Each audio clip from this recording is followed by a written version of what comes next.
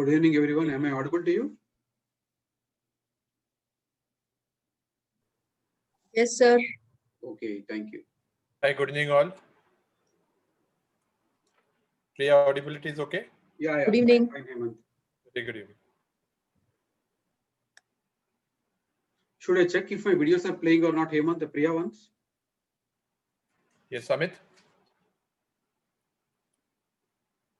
So we are live, sir. Okay. It's all right. No, still 4 more minutes. can- Is there? No No, one has you joined can- yet. No, it should not be an issue because as whatever happens on your laptop will happen on the screen. So not to worry on that. Anup, good evening. Good evening, everyone. I hope Good I'm e- audible. Could you repeat your audio, please, Anup? Hi, good evening. Yeah, I think that's fine. Okay, Slightly, maybe your mic could be a bit more closer if possible. 1 second.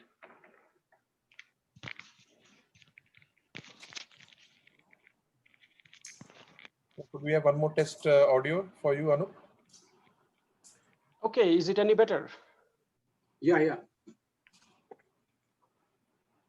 All right, perfect. Nori, your audio, please. 1 second, please. Yes, Hemant. Audible? Is it okay? Yes. Amit, are you okay with the audio, both people? Yes, sir. Yeah. Loud and clear. Very nice. Video is clear, Hemant and Priya. Is it okay? How is the frame rate? Sir, good.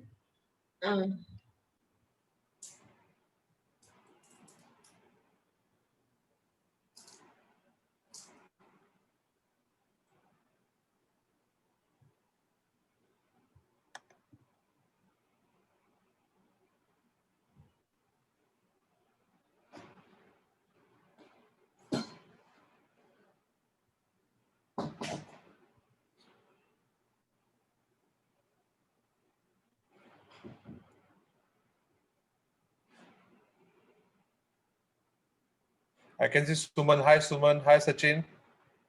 Sachin is also there. Dr. Dinesh Patel from Ahmedabad. Hi to you.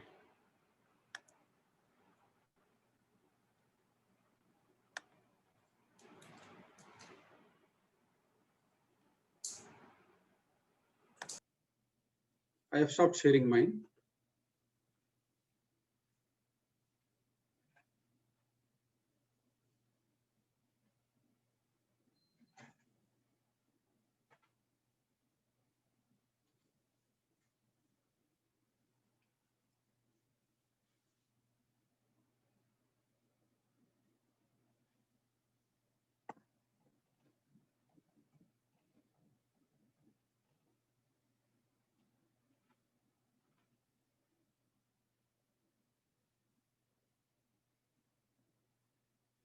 So you're going to wait for some time on Hemant or start straight away?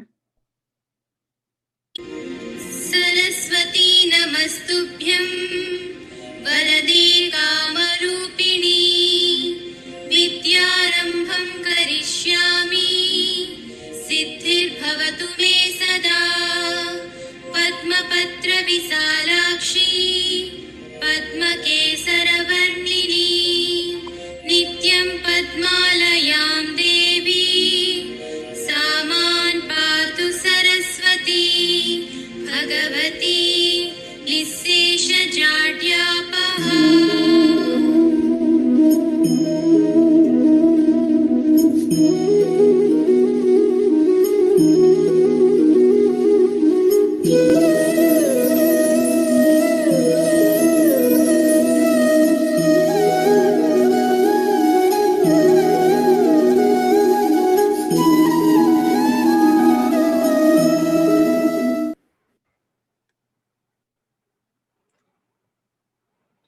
Good evening to you all.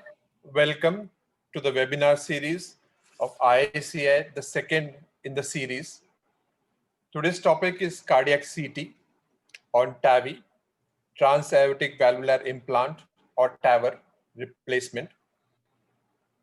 It's exactly a decade ago Dr. Ashok Sheth in Fortis Escort in February 29, 2011 performed the first TAVI. And it's almost a decade for a country to perform the TAVI procedure.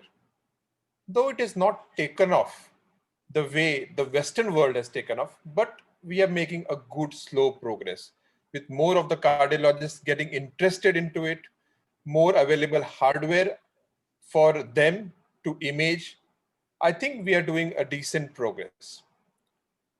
Today, we have two speakers, one a radiologist to explain the role of what a radiologist can do and should do in his reporting of a TAVI, even though an extra CD is being burnt and given to the company people.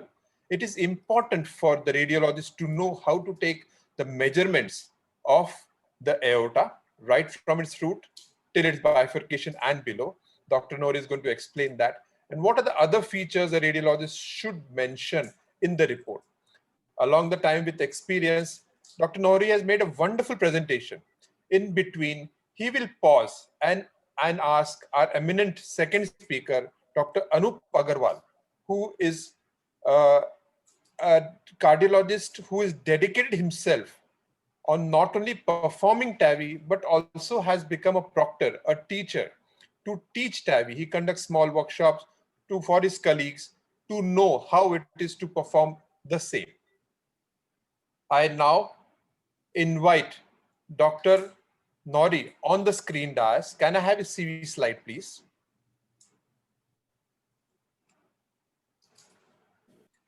Dr. Nori is a consulting radiologist in Vrt Imaging Center, which he owns in Hyderabad, Telangana. An experience of 30 years in radiology, 27 years in academics, having a good clinical and administrative experience with many lectures and publications to his name. His notable achievements, when we asked him, as a humble man, he would say nothing great. And that speaks a lot about you, Dr. Nori. He is also our Vice President of IACI. I welcome you, Dr. Nori. Thank you, Hemant. Can I have the slide of Dr. Anup Agarwal, please? Dr. Anup, can we have you on the screen dash, please? Dr. Anup is a young dynamic cardiologist who has done his fellowship in coronary and structure in St. Vince's Hospital, Indianapolis, who is now a consultant cardiologist at Care Hospital in Banjara Hills in Hyderabad. And as told you, he's a proctor for Evolute R transcatheter aortic valve. He is a clinical lead for the TAVR program in the Care Hospital group. He has many publications and lectures, which went on to 3 slides, Anup, to accommodate your area of interest. He also loves to do digital editing and photography. And there's something he said he loves to do is behavioral economics. That is something at the end of the lecture, I'm going to ask him what is behavioral economics. I welcome you both on the screen dais. And I ask Dr. Priya to come on the screen dais, who is a team leader to perform this whole program. Dr. Priya, give a brief introduction of this particular 1.5 hour program, which we're going to conduct. And then we hand over the screen dais to Dr. Nori. Hello, everyone. So this entire idea of this monthly webinar series is related to advanced topics in field of cardiovascular imaging. I really welcome both eminent speakers, and we wish that every month we'll come up with some or the other new things. And I too also am very excited for the topic. Dr. Nuri? Yes, thank you, Priya.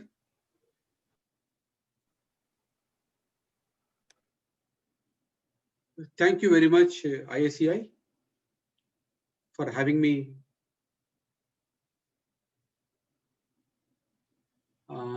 discuss about this particular program of TAVI protocol.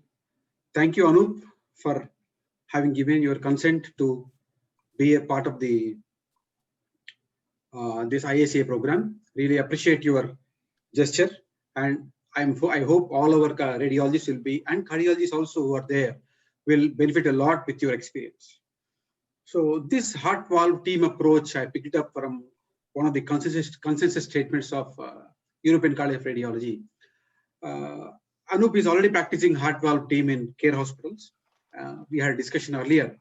He told us that there's a team which have their individual roles cut apart, and all of them form give a comprehensive report on whether the patient is feasible or not feasible for a TAVI procedure. Even before that, I would like to thank all the cardiologists and cardiac surgeons for making it a part of their team as they venture into newer advanced treatment modalities.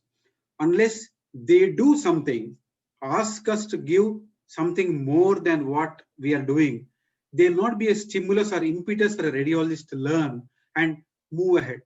You want me to report a routine cardiac CT? It's boring now. You have to venture into newer things. Your brain should act. It should stimulate itself. You should start doing newer modalities, reaching better heights, reaching higher levels. So that is what cardiologists and surgeons are stimulating us to learn and help them in treating a patient. Really thank all the cardiologists and surgeons for giving us an opportunity to help them and help their patients in turn. Now, what is TAVI or TAVR, and what is a pre-TAVI CT protocol? Now, transcatheter aortic valve implantation or transcatheter aortic valve replacement is what is the terminology given for TAVI. But for us radiologists, we should call it as technique of aortic valve imaging and radiology. Why I say this is, you are not going to learn about aortic valve and aortic root only to give about TAVI or TAVR procedure. You are going to learn it comprehensively and give it to the surgeons and cardiologists and everyone else who is planning to do a minimal access procedure. Believe me, this particular TAVI protocol has opened up a lot of avenues for many of the cardiologists and surgeons. As a byproduct now, they are asking us to do mitral valve, then valve-in-valve for aortic valve. Probably we don't know, pulmonary valve also will come. So start learning one by one, As they keep advancing, we'll keep advancing in our knowledge. And to have that advancement in knowledge in aortic valve imaging, you need to have some basics. And that basics is what we are going to learn today. We are not touching upon any complicated issues. It is purely acquisition, anatomy, accurate measurements, reporting, and what to look for, what not to look for. This is exactly what we are trying to do in the next couple of minutes, and ably supplemented by Dr. Anup Agarwal's presentation and his experience. So, where does imaging come into this aortic valve replacement? Clinical outcomes have improved based on the thoughtful integration of advanced non-invasive imaging modalities for patient selection, treatment planning, device selection, that means valve selection, and device positioning. It is very important that the device is positioned properly in the exact level of aortic root and aortic valve. That is very important. Anup will tell us subsequently what goes wrong if positioning goes wrong. Then CT is now the gold standard tool for annular sizing. This entire study, this entire presentation is going to be, most important topic is going to be annular sizing. Then determination of risk of annular injury, coronary occlusion, and to provide coplanar fluoroscopic prediction in advance of the procedure. Now, just briefly, a couple of seconds on aortic valve replacement is the modality of choice in all advanced aortic valve stenosis. It improves the patient's symptoms very dramatically, significantly improves the suffering and symptoms of the patient when a surgical aortic valve replacement is done. If you don't do a surgery, these severe aortic stenosis patients, 50% die in 2 years' time. Now, 30 to 40% are not fit for surgery due to high perioperative mortality because they have other diseases, other comorbidities. They are unfit for surgery. So these individuals, and also those individuals who do not want surgery because the treatment is now, this is only a daycare procedure, they have now benefited by TAVI procedure. Then the first publication of expert consensus document on complete tomography imaging in TAVI by SCCT in 2012. It came out in 2012. Now, after this introduction, I leave the dais to Anup Agarwal, the cardiologist with TAVI expertise, to tell something us about philosophy of TAVI, what he thinks, how a TAVI must be reported, and what is philosophy of TAVI. Dr. Anup, please. Thank you so much, sir. I'll just take you over through a very brief introduction, and I can chime in whenever it's required. Trying to get my slides up. Just bear with me for a second. Okay, I hope my slides are visible. If you could just confirm that. Yes, yes. Okay, perfect. So we'll just go through some of the very basics, and lot of in my first slide, a lot of what I'm saying, Dr. Nori already explained. Why do we worry so much about aortic valve replacement in severe AS? If you look at this slide, people who get operated, or essentially people who get their aortic valve replaced, they lead a very healthy life. There is an initial perioperative mortality. After that, their mortality is very low. They overall survive more than 5 years, 10 years, pretty good, no problem. On the other hand, people who don't get operated, severe AS who should get operated but who don't get operated, they have a very precipitous drop in longevity.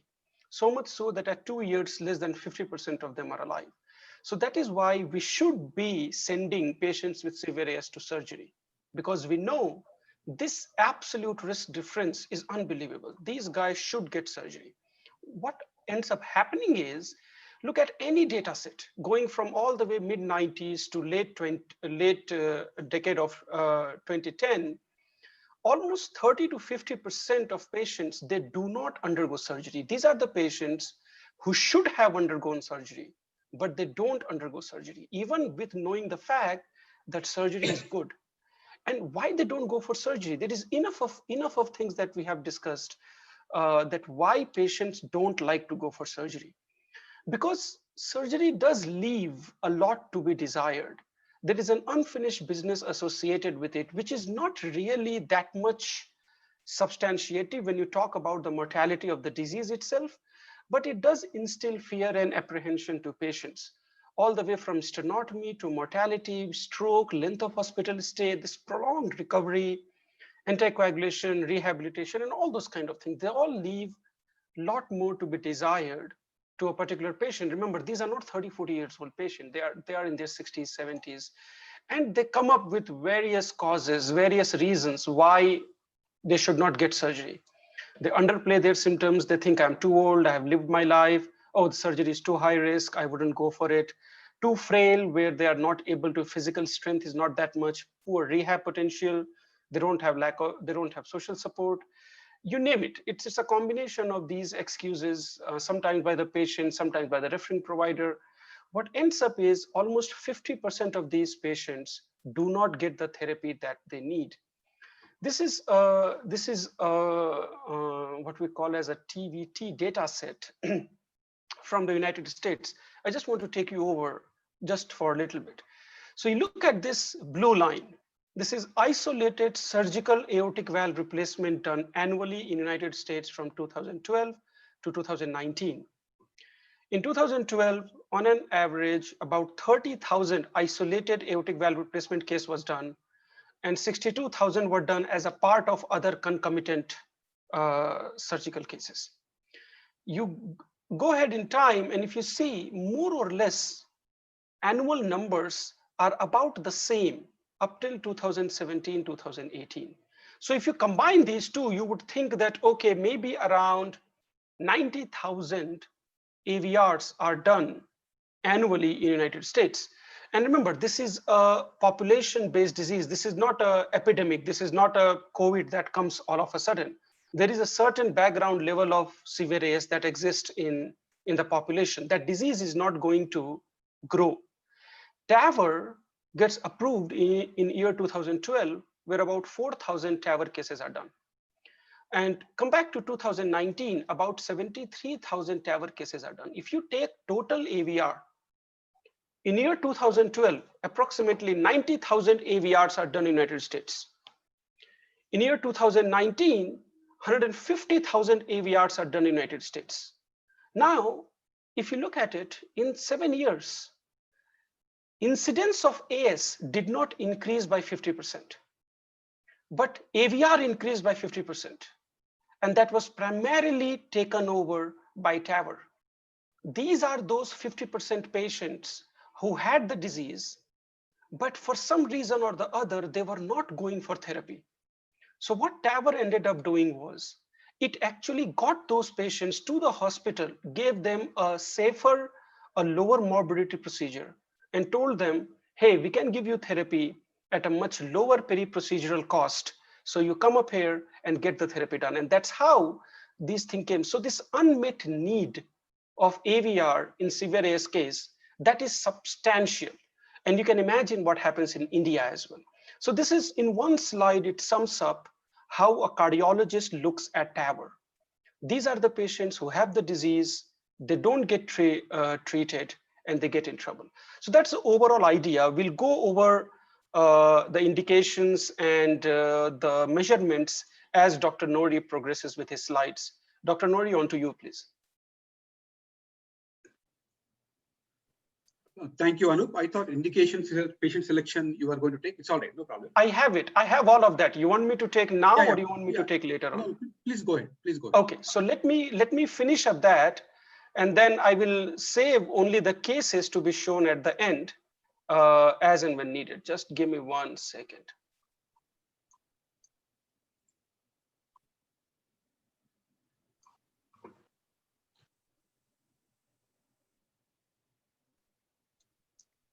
Just give me 1 second. I'm pulling up my slides again.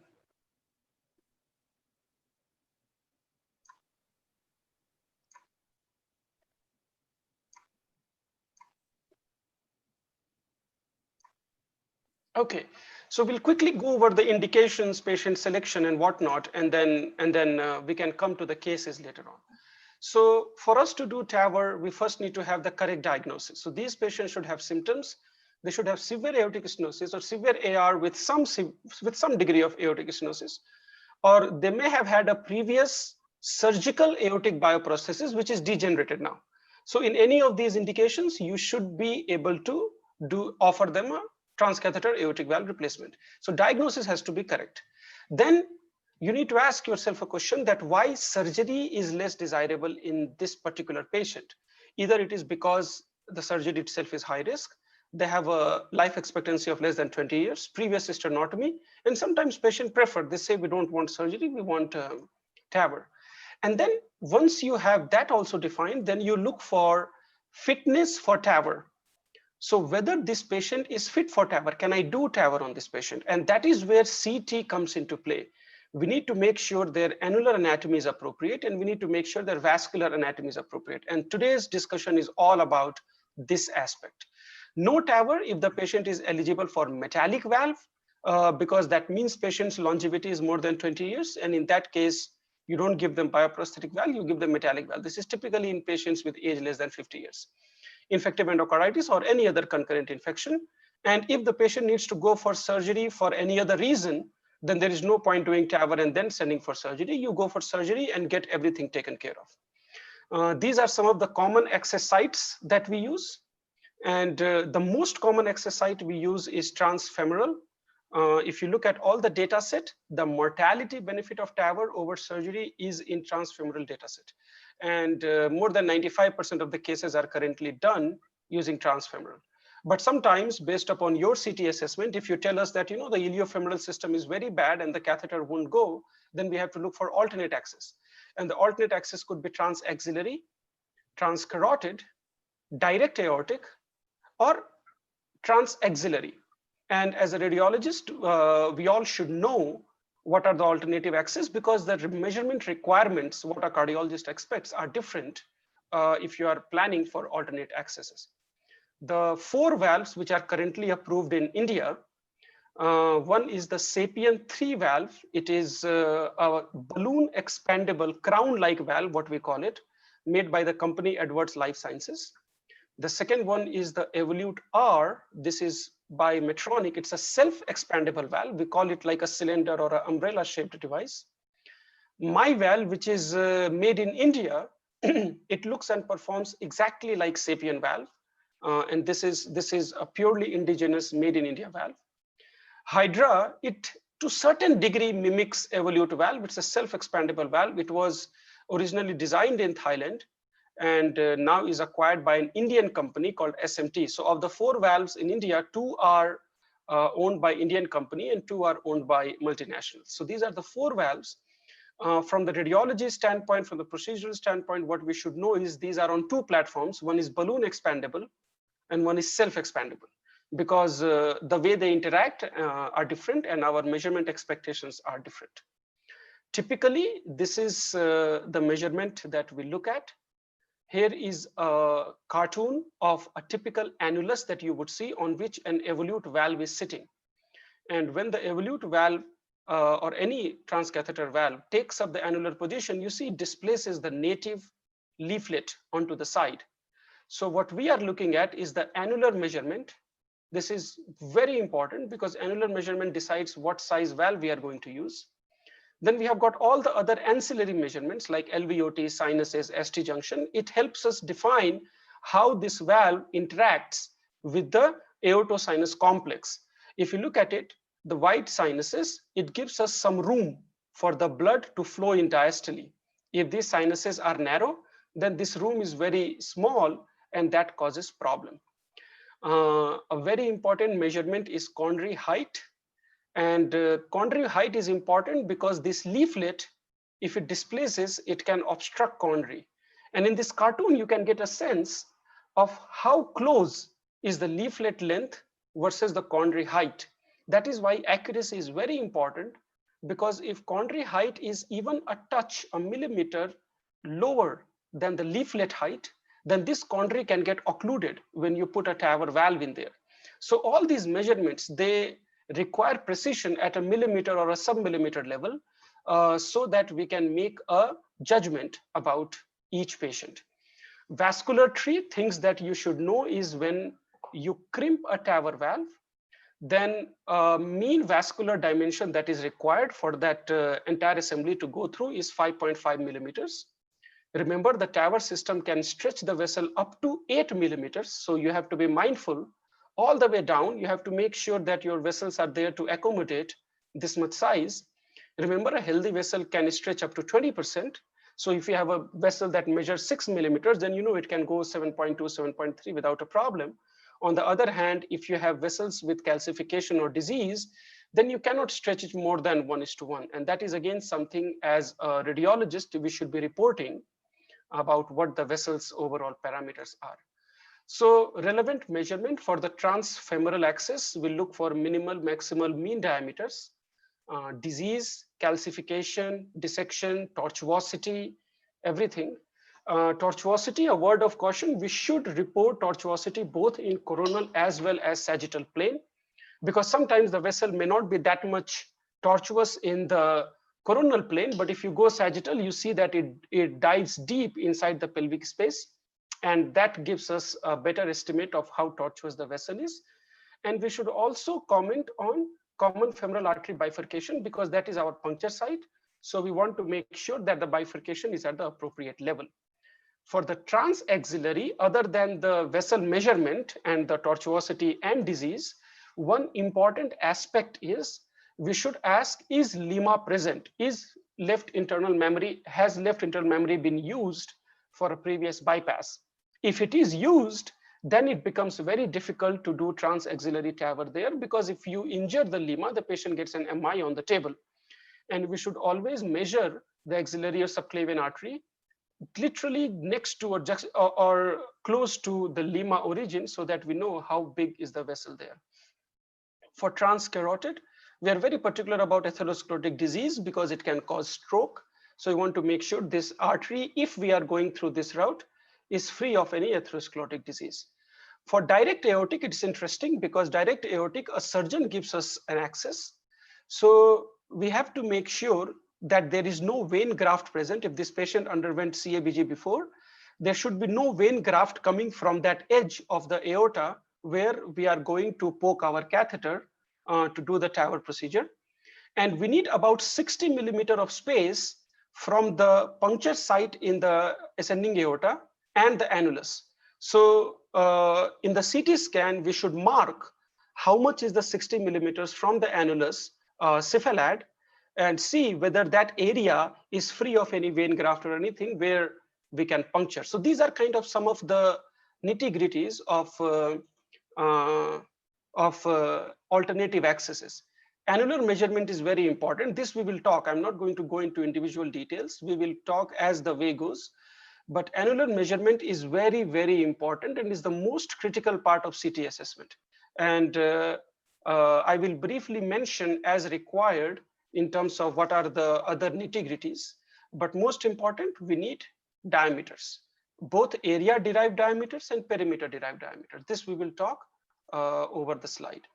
This is in summary what a TAVR workup is. We do history and physical. We need to make sure there is no other problem. Basic laboratory assessment, ECG, echocardiogram, and then the CT TAVR. This is the crux of TAVR assessment. We do Quandary angiogram in those patients where we have some suspicion that they have coronary artery disease. If they have dyspnea, we do dyspnea workup. If patients have dizziness, they get dizziness workup, and they get dental assessment to make sure they don't have any infection. So this is in nutshell how cardiologist looks at TAVR. And after this, I can show you some representative images as we go along in the discussion. So Dr. Nori, on to you. Thank you, Anup. Thank you for a very neat initial presentation.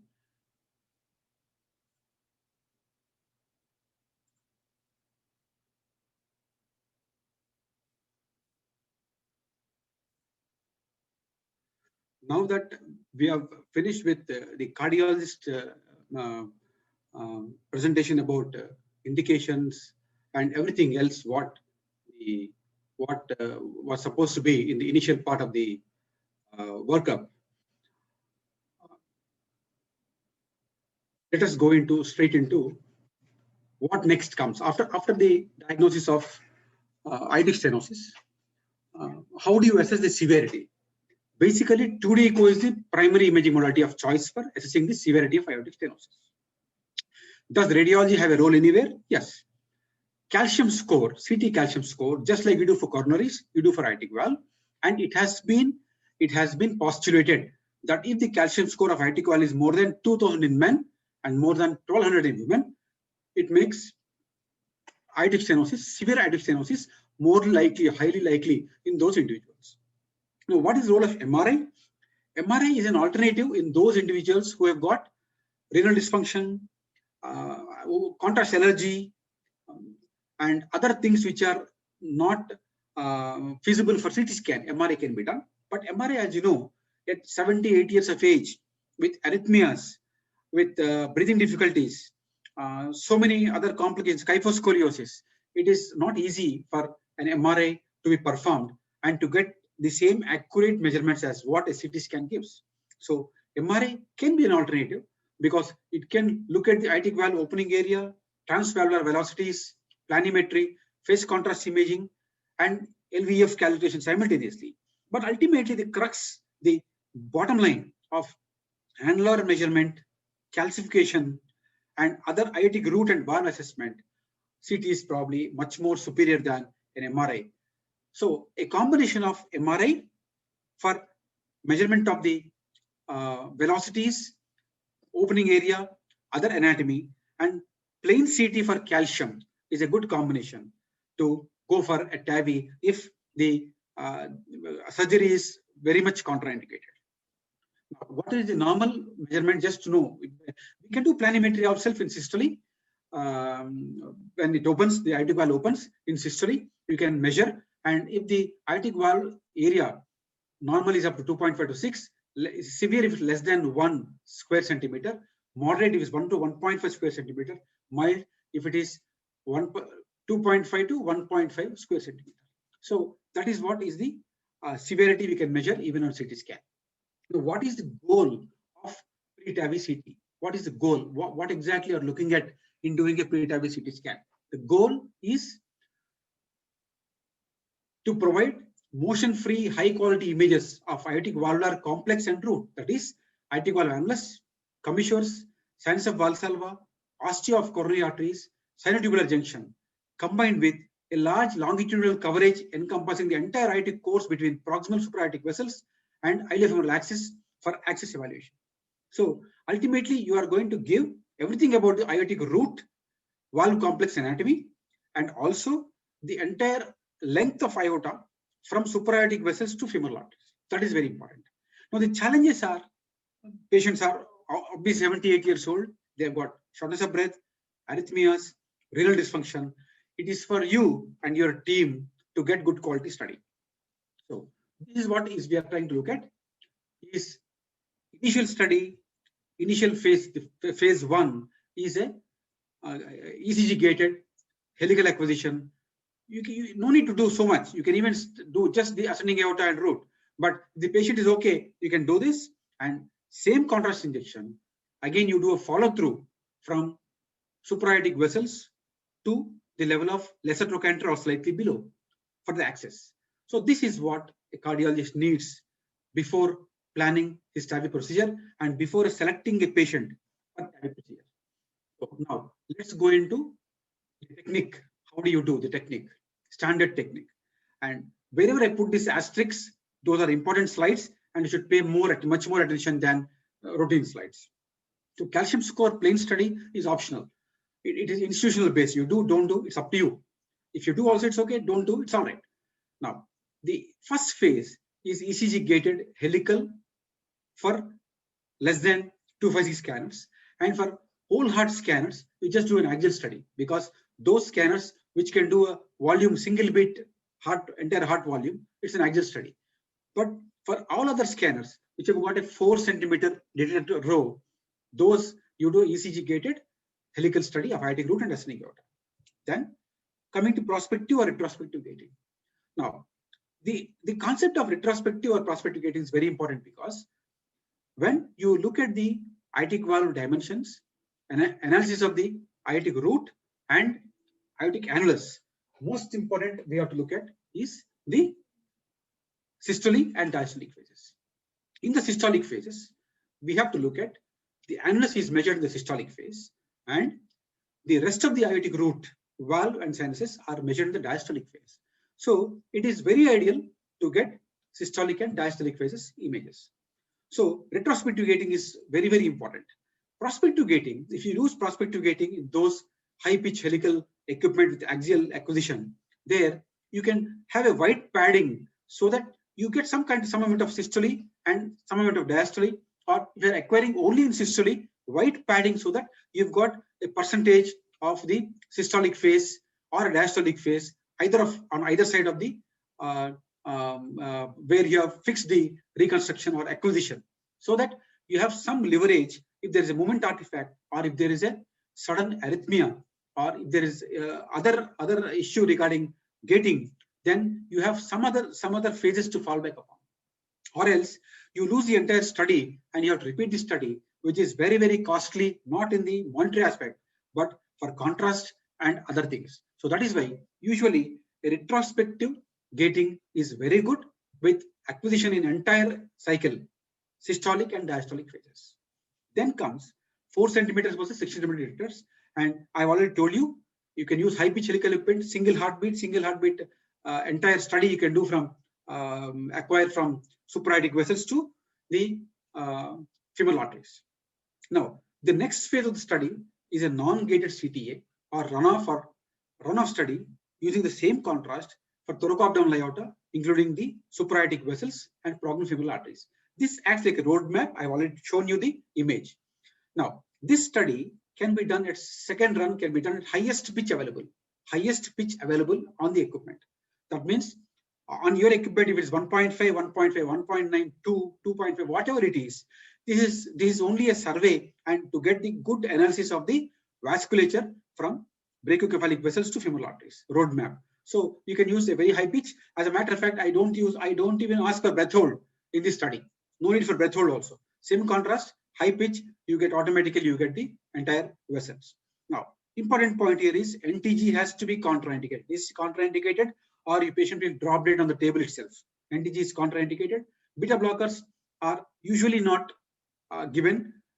As a matter of fact, beta blockers are contraindicated in aortic stenosis, more so in severe aortic stenosis. Contrast, depending upon the scanner, depending upon the size of the patient, depending upon the heart rate, anywhere between 90 to 100 ml is more practical. It is more practical 90 to 100 ml, but you can go down up to 60, 70 ml. And in patients with renal compromise, you can go down up to 40, 50 ml. You can try, nothing wrong. But ideally speaking, to get good quality study, about 90 ml at 4 ml per second.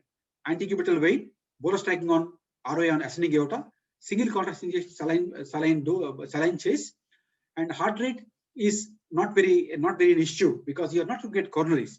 But when you're looking at coronaries, a 75 to 80 beat per heart minute is good on a 64 and 128 scanners. And usually the proximal coronaries are what is more than enough to be commented upon for the cardiologist. And reconstructions are done from 25 to 45 at 5% intervals for analysis of the annulus sizing, because the best and the largest dimension of the aortic annulus is the systolic phase at 30%, 35%, and rest all can be done at 70% of cardiac cycle. That is aortic root, and aortic valve assessment can be done at 45 or 75% of cardiac cycle. Now, this is just a video showing the patient run up there, and this is the FOV for your first run, that is ECG gated, and that entire FOV is the one for the second run, which is done automatically immediately after the study. You do the second run. So that is very important. You maintain that the second run always includes from supraortic vessels to the femoral arteries. Now, before jumping into the anatomy, let us have an idea of basic recap, revision, or knowledge. It's all right. If you don't know, we'll learn. If you already know, let's revise about the anatomy and glossary and identification of the aortic valve, aortic root complex. Aortic valve has 4 key parts. Aortic annulus is the one which is most important for today's discussion. It is a virtual functioning ring-like structure on a 3D plane that anchors the base hinge points of the aortic leaflets. It is not a fibrotic band. It doesn't have any muscle. It is only a virtual base ring. We call it as virtual base ring, where the 3 hinge points of the aortic leaflets go and attach at the LVOT. That is known as aortic annulus. It is a virtual base ring in a 3-dimensional, not a 2-dimensional, but in a 3-dimensional form. What is aortic root? Aortic root has sinus of Valsalva, sinotubular junction, and part of the ascending aorta. Of course, you have the aortic valve also. Now, sinus of Valsalva are nothing but outward pouches within the aortic root where the coronary arteries arise from, and they are labeled accordingly. Where from the sinus of Valsalva, which gives rise to right coronary, is called right sinus of Valsalva, left coronary left, and non-coronary is no coronary, non-coronary.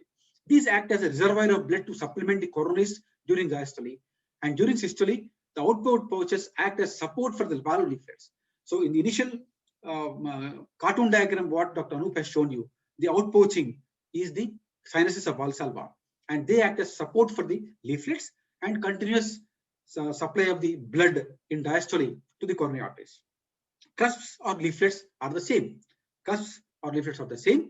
They could be tricuspid, bicuspid, unicuspid, quadricuspid. You have to mention this in your report, and which is not very easy in a difficult patient. Very difficult in all patients. Commissures. What is a commissure? Commissure is nothing but the space or area between each anchored leaflet to the aortic valve. All the 3 leaflets are anchored to the aortic valve, and the space which is found between the adjacent leaflets is the commissure, and they act as support to the base structure of the cusps. What is raphe? Raphe defines the conjoint area of 2 underdeveloped leaflets turning into a malformed commissure between both the leaflets. So a raphe, if it is seen, it is still tricuspid valve, but the 2 leaflets are malformed or underdeveloped and are joined together by what is known as a raphe, and also there is a malformed commissure in between these leaflets. So when no raphe is present, the valve is strictly called bicuspid valve. So remember, look for raphe. If a raphe is there, it's a malformed valve, tricuspid, but there should not be any raphe to call it as a strictly bicuspid valve. Now, this is a diagram of the anatomy, and this is nothing but what we call an MR or what we call in CT as inflow outflow view. Inflow outflow view, and this is a view also known as a double oblique sagittal plane. Double oblique sagittal plane is very important for us to look at the entire anatomy in perspective. You can say in profile, where that is the ascending aorta, left ventricle, and the aortic root forms a conduit between the ascending aorta and the left ventricle. This is the mitral valve. Obviously, there's a continuity between the mitral and aortic valves, and this is the virtual base ring annulus. That is the aortic sinus, and that is the sinotubular junction. Tubular means that it is ascending aorta. So this is the anatomy, and this is what is the plane we have to look at for measurement of the sinotubular junction, the sinuses, something about the annulus, and LVOT. This is the LVOT. The distalmost part is the annulus. Now coming to radiology per se, this is a color Vrt showing the aortic sinuses, coronary sinuses. This is the right coronary sinus, that is the non-coronary sinus, that is left coronary sinus. Line diagram showing blue line is the sinotubular junction. These are the three-dimensional planes of the valve cusps, aortic leaflets and cusps.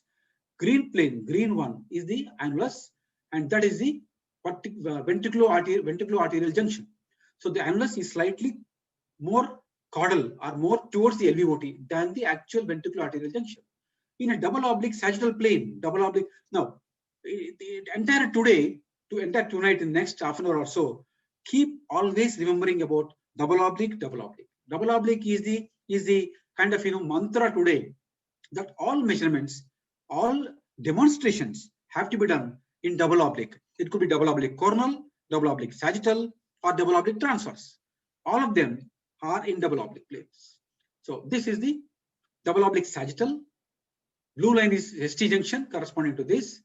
The red one is the length of the height of the sinus, aortic sinus. So this is exactly where the valve is going to sit. And these are the coronary sinuses. The green line is the annulus.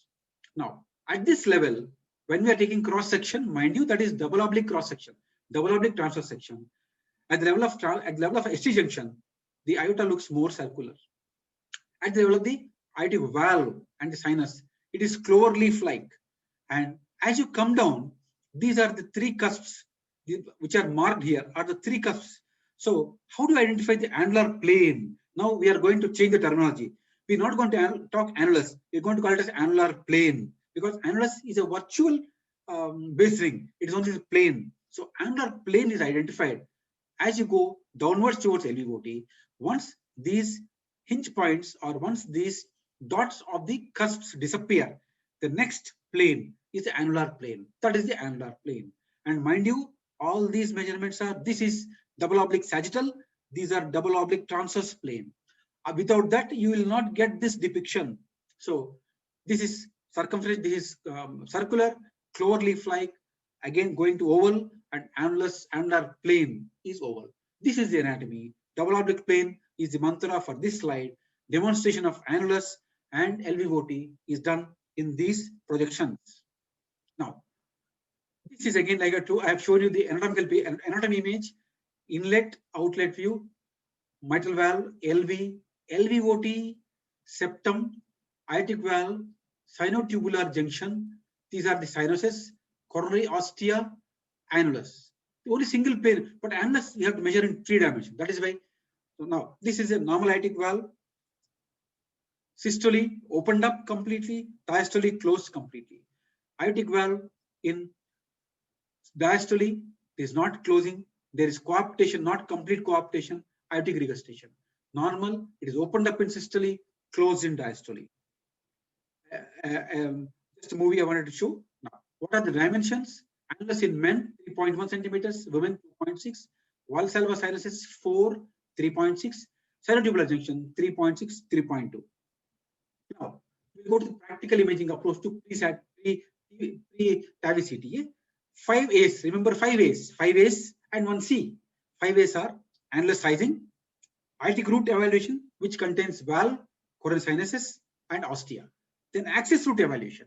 If they have to put a valve, you need access, good access. And mind you, when a 14 French is put, you are almost taking about 5 to 5.5 millimeters of diameter you need. So you have to measure all the access routes. Then what happens to aorta? Ascending aorta, arch, descending, rest of the aorta. That is again access. Your retrograde puncture, retrograde going from the aorta. Look at the aorta. Then vessels. Then ancillary findings are survey of chest and abdomen, vascular and non-vascular. You have to look for every minor detail in the lungs, in the abdomen, renal artery stenosis, renal masses, liver masses, lung malignancy. Remember, these individuals are 70, 80 years old. They are likely to develop any malignancy, other complications, other comorbids. So all these things we have to mention, so we have to observe and mention. And the last one is calculation of the fluoroscopic angle, which automatically comes when you start doing the procedure. You have to calculate and give the fluoroscopic angle. For them to deploy the valve, you need to give an angle so that on table the radiation time is less, the contrast usage is less. So these are the ones, remember, are very important in trying to assess a TAVR evaluation. Annulus sizing. Everything in annulus sizing, because annulus size is the one which determines the entire TAVI. Pre-TAVI protocol, entire thing is annulus sizing. Almost 60%, 40% is rest of it. So annulus sizing, remember, is done in systole, because the annulus is largest dimension, occurs in systole, not in diastole, and 30 to 40% of the cycle. So you identify reconstruction of the phases, you look in your workstation, identify the largest annular dimension, and that is systole. Choose that phase for measuring the dimension.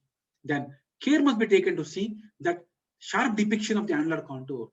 Even it could be 35, 25, or 40, but make sure that in systole it must be sharp depiction of the annular contour is very important. Double contours and blur are to be avoided. When you are trying to see that the challenge is between man and machine. Man should do what all a machine does. You think like a machine and give your best, the best shot. In the best shot, all these are tricks, tips and tricks to give a best shot. Try to avoid the blurred contours or double blur. Then annular plane is identified, like I told you, by connecting the three lowest most insertion points of the aortic valve leaflets. I've shown you in the diagram there earlier on. Now, how do you measure? What measure? Short and long axis dimensions, systolic measurements. Then among this, with this you get an average diameter. Then perimeter in double oblique annular plane. All measurements are done in double oblique planes. All measurements of annulus are done in double oblique transverse plane. Short and long axis, perimeter or circumference, area in millimeter square. Now, what are the available techniques you have? One is manually using MPRs, double oblique planes. Other is software based. Automatic, semi-automatic. Automatic, you just give the basic basal hinge points to the marker points. Automatically the software will give you all the details. Semi-automatic, by means of automated software based anatomical segmentation. After segmentation is done with verification by trained observer and manual correction wherever required, you can do the annulus sizing. Now, why is it very important to assess this annulus, sizing of annulus? Because the accurate sizing of the transaortic heart valve and type of the valve, balloon valve or self-expandable valve, depends upon the annular sizing. Then area of annulus is used to size all the balloon expandable valves, and perimeter for self-expandable valve. Now, when does annular rupture, the dreaded complication, occur? When the presence of moderate or severe subannular calcifications, which I'm going to show and also give you a detail about what all to comment about. Particularly below the non-coronary cusp. If the non-coronary cusp, below non-coronary cusp, on the subannular level, if there are calcifications, chunky calcifications, the prone for rupture. And commonly balloon valves are more prone for annular rupture than the self-expandable valves. Oversizing, if it is oversizing, is estimation is more, then again there's a valve, there's a problem of the annular rupture. And so that is why modification of the annular size is based upon root calcification. Also, the modification occurs on the sizing of the valve. Now, annular sizing, I'm going to show a small video about manual on the MPRs. So just look at this. I have taken a 35% systole, 35%. That is systole, early to mid systole. And this is a coronal plane. On a coronal plane, I have taken the crosshairs exactly perpendicular to the aortic valve. This is a double oblique sagittal plane, double oblique coronal plane, double oblique transverse plane, double oblique transverse plane. Now, go up and down, look at the costia, come down, make that all three sinuses are symmetrical, all three sinuses are symmetrical. Once they are symmetrical, come down, come down, come down. Again, double check. that you are not adding any of the sinus, then start measuring at that level. You will be very lucky if you get all three sinuses symmetrical. They are not symmetrical. In a three-dimensional plane, they are not symmetrical. That is why a software, automated software annular measurement is far superior, I mean, by 1 or 2 millimeters when compared to the manual measurement. The two manual measurement must be done perfectly, precisely. Initially, I have done 2 measurements, long axis and short axis. Now I am doing an area. And remember, here, when you draw this plane, your dots must be very, very close to each other. If the dots are very long and distant apart from each other, measurement will go wrong. So make sure that when you do the measurement, the dots are very close to each other so that measurement is more accurate. You will not get any zagged margins, irregular margins you will not get, and relatively smooth margins you get when you use multiple number of dots, and spacing between the dots is very less, so that you get, now I am drawing the perimeter. Perimeter I am drawing. You get very smooth picture, very smooth presentation, and your dimensions are as accurate as what a machine does. Now, that is what I have shown you about manual measurement. Let us see what happens in a semi-automated thing available in the what I use is a G Advantage software, where there is a special program for TAVI, and I have chosen 25 to 45 sections there, phases there. And once you load it into the software, the segmentation of the aorta valve, aortic root is done automatically by the software. That is the beauty, and your time is saved, and reproduction rate is much higher. Now it is already segmented. Now what I'm trying to do is trying to check the annular plane. I'm trying to manipulate so that I get the good annular plane, like what I told you, the lowermost point of the hinge point of the sinuses. Once that disappears, the next slide is the one where, or next slide is the one where you have to measure the annulus. Now I am drawing the annulus. See, earlier that was a spline method, but in the software it is a drawing method, and you can edit the drawing also, so that you get smooth margins. You can exactly approximate everything to the enhanced area, to the aortic annulus only, and do not involve any surrounding structures. I am editing. Now this is very important, because this is time taking and very, very important. Very, very important. I suggest that radiologist does it. Don't give it to your technologist. If a very good technologist is there, he will learn. He will help you for some time, but he'll jump off after 5 or 6 months for a better salary. So you should know it very well, and then you should be at the back of it. Now I have got a perimeter, I have got the area there, and perimeter dimensions are already there. The dimensions are already there. Okay. Now coming to the other dimensions. Once you click the diameters here in the software, I get the diameters of the entire aorta. You have seen that entire aorta, entire thoracic aorta dimensions are automatically taken by the software, and these dimensions are always 2 dimensions, perpendicular to each other along the long axis of the vessel. See, there are 2 dimensions, minimum, maximum. All are minimum, maximum. 2 dimensions are there here. Minimum, maximum dimensions are there. You can look at the entire aorta. Now after that, I'll come to look at the ostial heights. How do you measure the ostial heights? Very, very, very important point here. Ostial heights are always measured from the annular plane. Now, if you have seen here, and even in the manual measurement, I have never shifted from the annular plane. You always keep the annular plane like that. Just freeze the annular plane, and all these measurements are done from the annular plane. That is very important. If you lose the annular plane, go back to it again and come and do the annular plane properly. So when you measure the coronary ostia from the annular plane, you measure the annular plane from the ostia. You measure from the annular plane the perpendicular from the annular plane. You have the perpendicular diameter from the annular plane. That is very important. Now, after the ostia measurement is done, we'll try to look at the measurement of the coronary sinus. Now, how do you measure the coronary sinus? Coronary sinus, or the aortic root now, aortic root per se, is measured from either average of 3 dimensions of the maximum dimension of symmetrically appearing coronary sinuses at the aortic root. I have taken 3 dimensions. The dimensions are from the cusp to opposite commissure, and cusp to opposite commissure. So always you use from cusp to commissure dimension, single largest or average the 3, average all the 3 and give the best dimension there.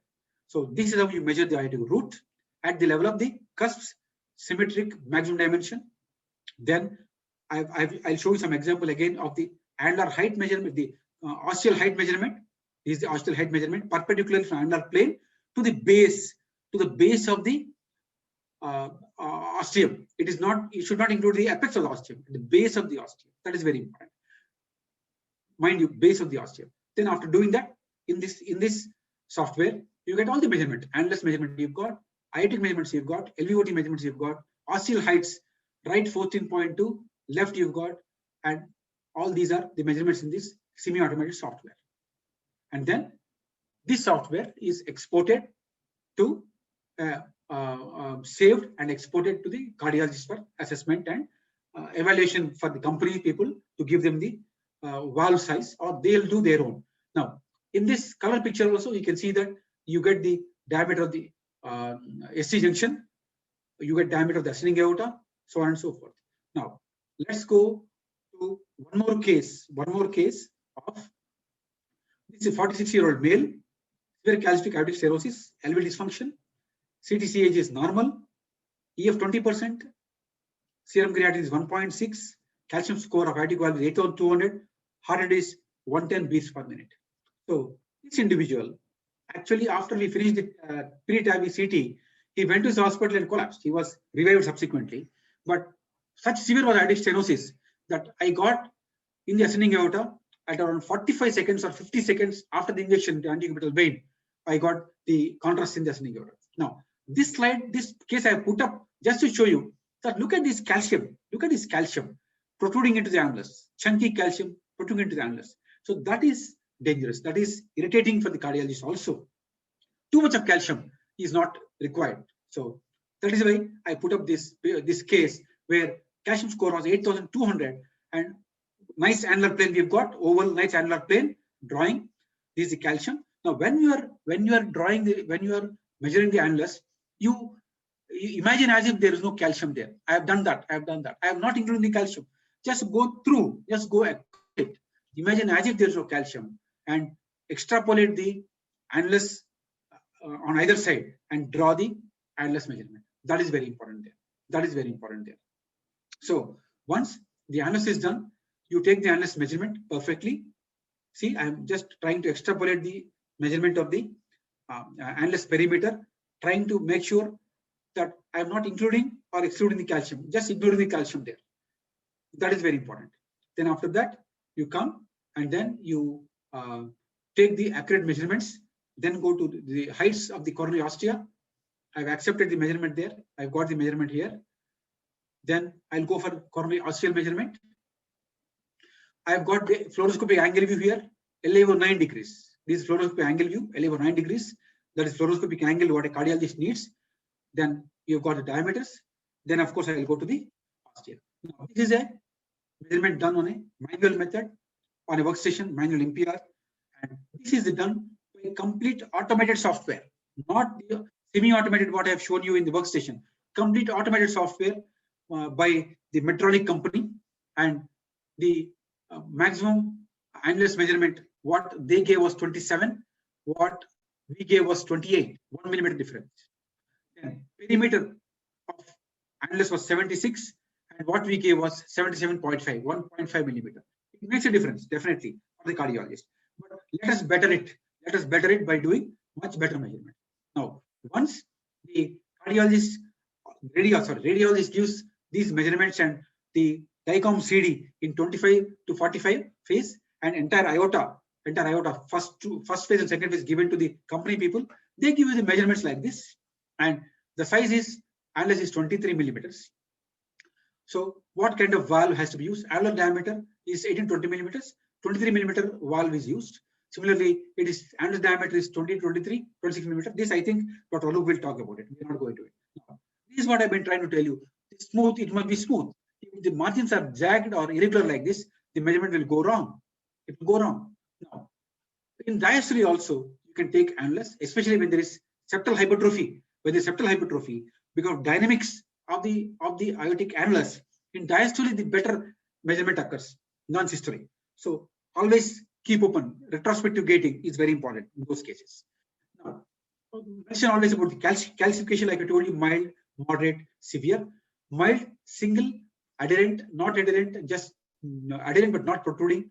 Moderate, 2 or more nodules of calcification or a single nodule protruding. This is the annulus level, the subannular level, the subannular, annulus and subannular level. You can see that in LVOT, the calcium is going, chunky calcium is going to LVOT. This is a large calcium going into the annulus, protruding into the annulus. So these are the ones which lead to failure of the procedure and paravalvular leaks or regurgitations. So you have to mention all this in your report.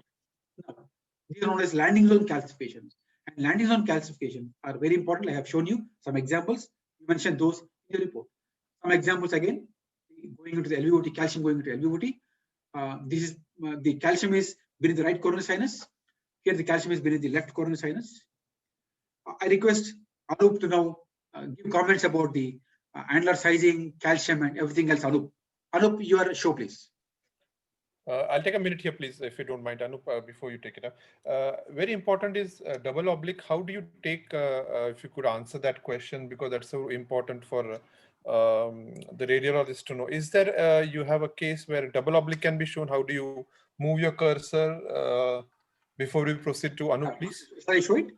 Yes, please. Just a few seconds, because that's so important that they should know how to take the double oblique. It's not difficult, but I think once, if you show them, if you have an automated software, the one Nori said, it's fine, but otherwise manually you have to know. Yeah. Yes, please. This is a simple slide to get a double oblique. On an axial section, draw a line through the center, draw a oblique line perpendicular to the center of the aortic wall. When you draw this, you get a double oblique coronal plane. Coronal plane. Now, on a double oblique coronal plane and also on the transverse plane, you manipulate the angle, manipulate these two crosshairs so that you get a double oblique sagittal plane and a double oblique transverse plane. So this is how you do it, but you still want, I can show it here. Now this is a, you can see here that this is just plain axial sagittal coronal. Now I am trying to go to double oblique plane. Now you see that I have taken the coronal plane, and this is a double oblique sagittal plane after rotation. This is double oblique. Now, unfortunately, already my slides are in double oblique planes only, and I'll probably go to radiant. I'm going to show anyway one case in the radiant lastly. So then I'll show it actual double oblique. Hemant, I'll show in the on the that's radiant. Great. Yeah, absolutely. No issues. No issues. Absolutely. Anup, on to you. You'll take over now. Just one question I will ask you here.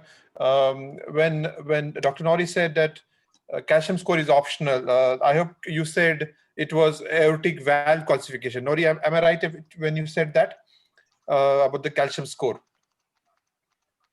Calcium score being an optional. Yeah. Aortic valve complex problem. Yeah. So Anup, your comment on that particular thing. Do you really need those values? So, you know, the aortic valve calcium score is a tiebreaker for us whenever we have got some discrepancy in our diagnosis of severe aortic stenosis. This typically happens in patients who have got low LV systolic function or who have a very small LV cavity. Patients who have got concomitant aortic regurgitation. There are a few other situations where we are not quite sure whether we are dealing with severe aortic stenosis or not. And there, the degree of calcification helps us decide whether the patient has severe AS. Now, when you get a requisition for CT TAVR, a best practice or an astute cardiologist would write his diagnosis or her diagnosis. So the cardiologist would say patient has a diagnosed severe aortic stenosis. When that is the case, your calcium score may not add a lot of value. But if the requisition says that patient has got query severe aortic stenosis or moderate aortic stenosis, their calcium score holds a lot of value, because there, if your calcium score in male is more than 2000 or female more than 1200, it is highly suspicious of severe AS. And if those numbers are 3000 and 1600 respectively, then that is almost diagnostic of severe AS. So that is for the calcium score. I do think we should repeat it more frequently, because then we get in a habit of this best practice, so that in a patient where it will really make a difference, we know how to do it, and it becomes like our reflex. I don't know if that makes sense. Did I answer your question, Dr. Yes, Ahmed? yes, yes, sir. Thank you. You can proceed with those points.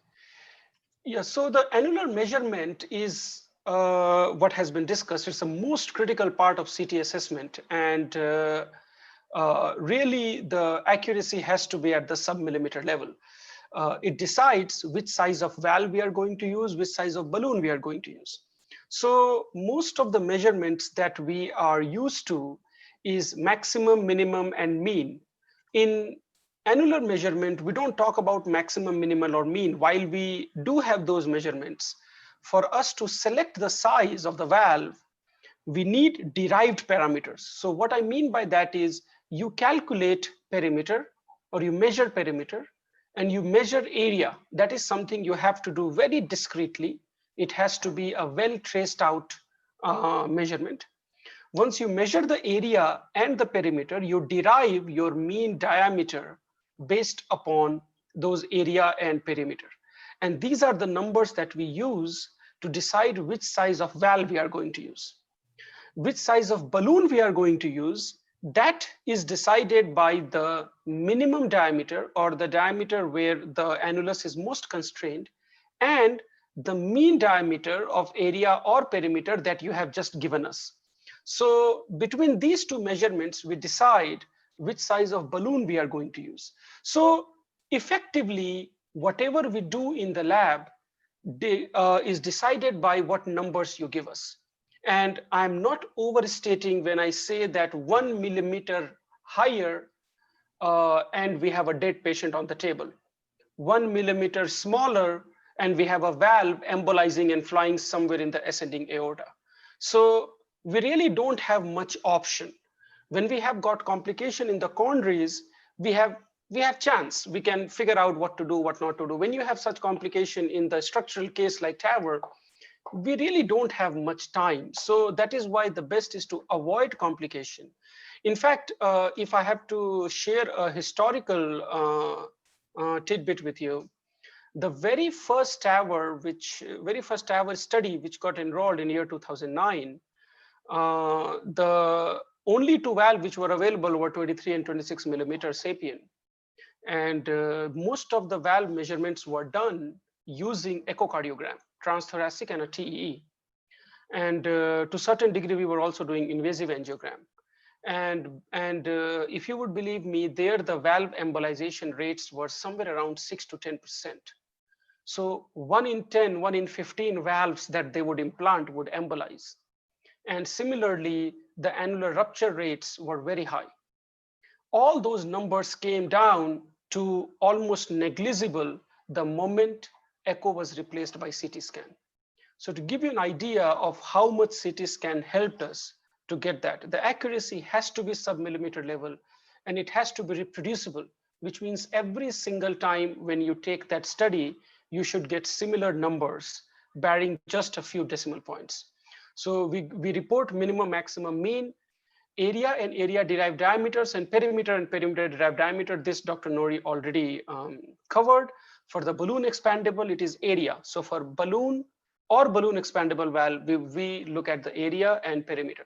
A cross check for you, perimeter derived diameter should always be equal to or larger than area derived diameter. So if you have a report where it is the other way around, where if your area derived diameter is larger than your perimeter derived diameter, then you are measuring it wrong. Something somewhere is screwed up. So that is your internal assessment. Your perimeter derived numbers has always to be either same or larger than your area derived diameter. We do calcium assessment. Dr. Nori showed a great example of a calcific nodule, which is sitting there, which is disaster for us. We should see what is the distribution of calcium, leaflet versus annulus versus LVOT versus ST junction. So these are the 4 places where we want to know where the calcium is. Leaflet assessment, how many leaflets are there or cusps are there, whether there are 3, there are 2, there is 1, there are 4.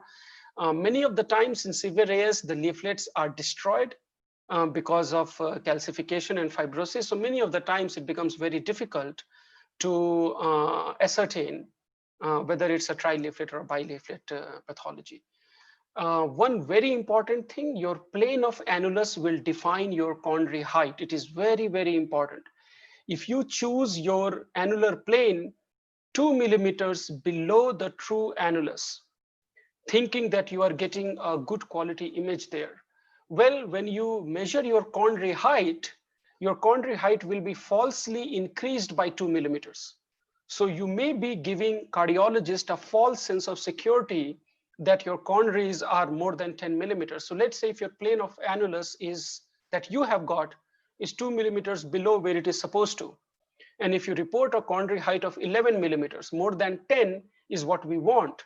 So at 11 millimeters, a cardiologist may feel very safe in implanting a valve, not realizing that your annular, that the plane that you chose for annulus was lower than the true plane. If you would have chosen a true plane, the quandary height in this particular case would be 9 millimeters. And now your entire assessment and your entire procedural planning changes. That will be a fundamental difference between a successful procedure and a dead patient on the table. So all these things, I keep reiterating, has to be at a sub-millimeter accuracy so that as a cardiologist, we can be very confident in what we are doing. And then annulus angle is one thing that we should talk about. Annulus angle is essentially the angle between the annular plane and a virtual horizontal plane. Essentially, what you are trying to see is whether your aortic valve axis, is it more vertical or is it more horizontal? Because remember, your valve is coming from the top. So more vertical the annulus is, easier it will be for the valve to implant. If it is very horizontal, then now you will have a canting. Basically, the valve that you are pushing in will be tilted, will have an angle as compared to the native valve. So this annular angle is also important. Fluoroscopic angle that Dr. Nori mentioned, somebody questioned, somebody put a question in the Q&A.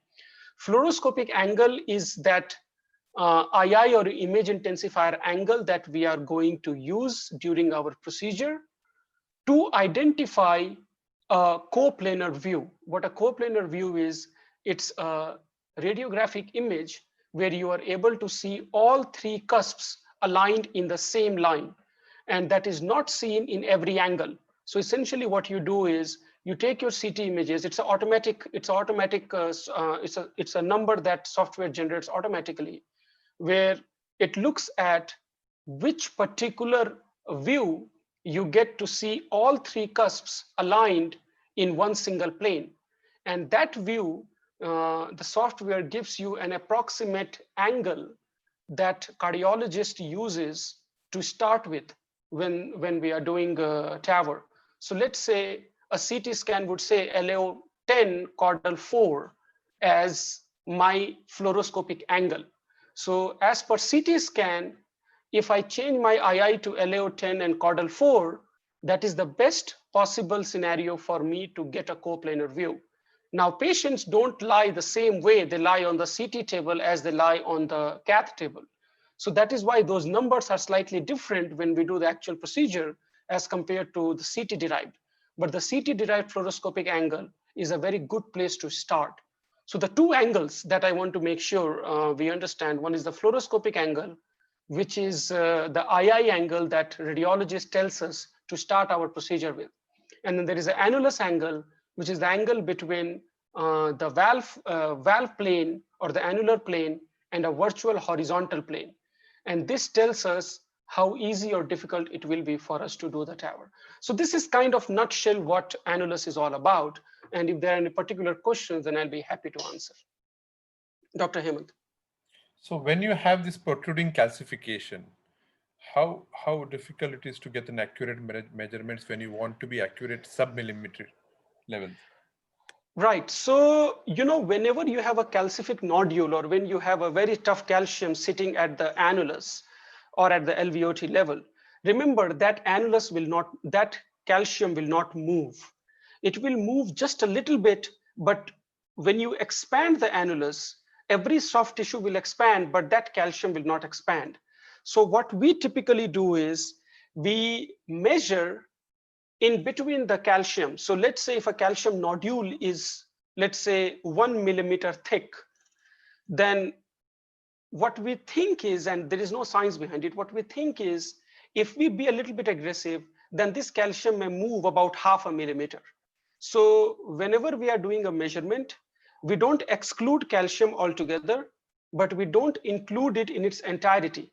We try to just get about half or what is protruding into the lumen a little bit, thinking that is the amount of calcium I will be able to move when I do my procedure.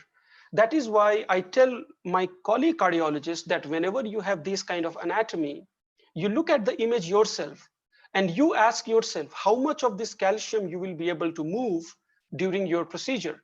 And if this calcium is at a very mobile surface, something like on the tip of the leaflet, then that calcium I will include in the measurement because I know I can push that calcium out. It is sitting on the leaflet, I'll be able to push it out.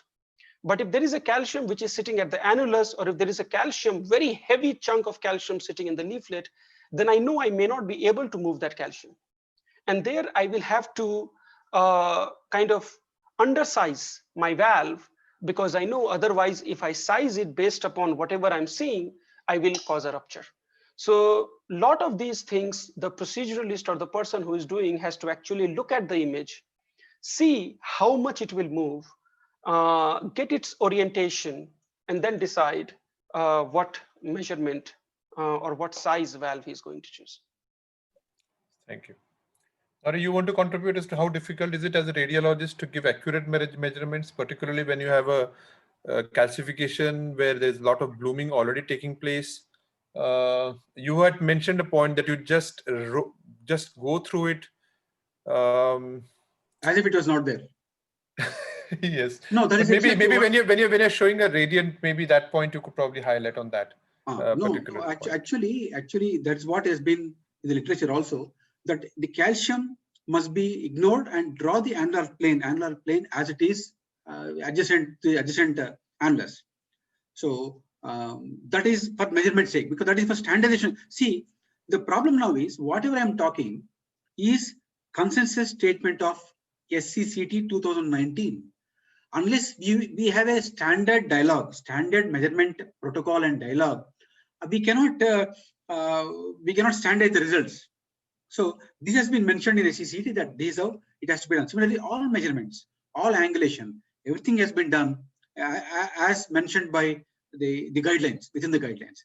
Now, one more point was, for the balloon expandable stent, calcium has an issue because there can be a rupture. But what I was told was, for a self-expandable stent, it conforms around the calcium, and self-expandable stent probably doesn't cause so much danger than when compared to balloon expandable stent. I would like Anup's comments there, please. Yes, sir. So, theoretically speaking, self-expandable valves should not cause a problem in terms of rupture or whatnot. But what ends up happening is when you have calcium, then that calcium creates a lot of problem. And I'm just trying to see if I can draw a little bit. If you're able to see, please, if you're not able to see, please let me know. So let's say you have got an annulus and you have got a calcium sitting somewhere here. Let's say if this is your calcific nodule. Are you able to see what I'm drawing? Yes. Okay. All right, perfect. So basically, now let's say if you put a balloon expandable valve here, that balloon expandable valve may try to push this calcium out. But because this calcium is fixed, this calcium is not going to come out. So essentially what will happen is this side of the wall is going to be pushed out far more. And you have done a measurement this much. So essentially, a balloon expandable valve will be implanted like this. And if it gets implanted like this, there is too much of stress or too much of stretch on this side of the annular wall. And this side of the annular wall ends up rupturing. That is typically what happens with the balloon expandable valve. Now, what happens with the self-expandable valve is something different. With the self-expandable valve, let's say if you have got an annulus like this, and if you have a calcific nodule sitting somewhere here, the self-expandable valve will confirm to wherever it can. So what will happen is the self-expandable valve, even if you oversize it a lot, doesn't matter. It will not expand, it will just sit there. So basically what will happen is the self-expandable valve will confirm to all this area, no matter how much oversize you have done. But the valve is not going to do this. Valve will never do this. It doesn't have the capability to do this. What it ends up doing is something like this. Let's say if you have a calcific nodule here, what it ends up doing is something like this, where it just kind of keeps the nodule out and stays like this. So this is your annulus. This is how a self-expandable valve is going to implant. The problem what will happen in self-expandable valve is you are going to have paravalvular leak. You are going to have leaks here. These will be the gaps which will be formed because of asymmetrical expansion. So essentially what you end up doing then is you end up post-dilating these valves. So you take a balloon, and this balloon you can size based upon whatever you have got left. That is where you looking at the CT and getting this measurement is important. Remember, we don't report this measurement. We don't report measurement between the tip of the calcium nodule and the contralateral wall. But if you have this measurement, then you know if you take a balloon, maybe 1 millimeter bigger than this, then you will be able to push this calcium just a little bit out, still not risking the rupture. And maybe this will allow the valve to kind of, sit a little bit more inside, and you will reduce the leak. So to summarize, you will have, if you have calcific nodule with balloon expandable valve, you run the risk of rupture. With the self-expandable valve, you run the risk of paravalvular leak. And if you aggressively post-dilate a self-expandable valve, then you can get rupture like how you get in balloon expandable valve, because at the end of the day, there is a forceful pressure that is applied to that calcium nodule.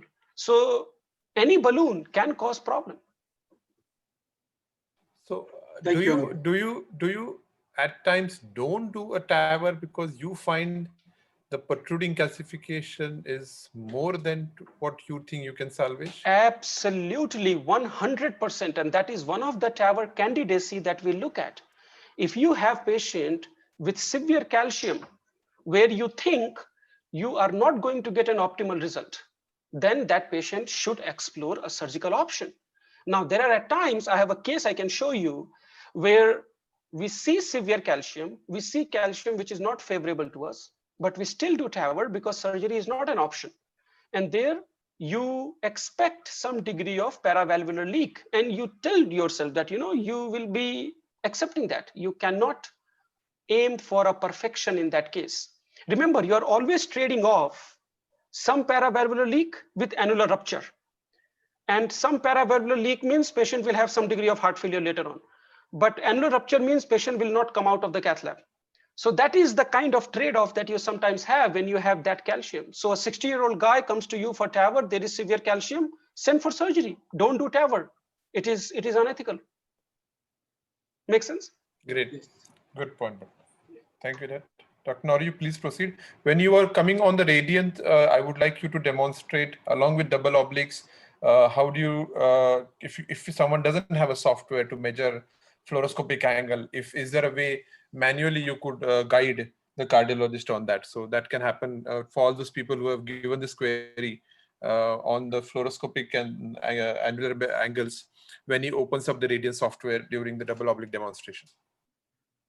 Okay, Hemant. Now let me show the how to do the double oblique here. I open the radiant and I've loaded 5 phases: 25, 30, 35, 40, 45. So I always do at 30, 35. So where the you get the it's a systole, and always and again the annulus measurement is the one of the most reproducible at 35. So we choose the 35.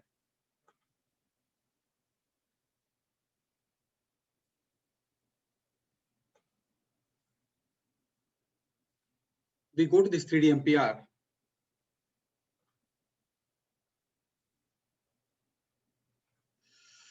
Now you got just plain axial sagittal coronal planes. So now what we are going to come to the aortic valve. You adjust the cursor on the hair on the crosshair on the coronal plane perpendicular to the LVOT or aortic valve and intersecting the aortic apex. Sorry, ventricular apex, LV apex. This is one. Now, once this is done, you get all 3 planes here: double oblique transverse, double oblique sagittal. On the double oblique sagittal, you try to adjust again in such that the entire ascending aortic root, ascending aorta, and LVOT are aligned in a single plane, and the other crosshair of the coronal is sitting exactly perpendicular to the aortic valve. So this is the double oblique plane. This is a double oblique sagittal. You've got all 3 here: LV inflow, outflow. This is a double oblique coronal, double oblique axial or transverse. So on double oblique transverse, you can see here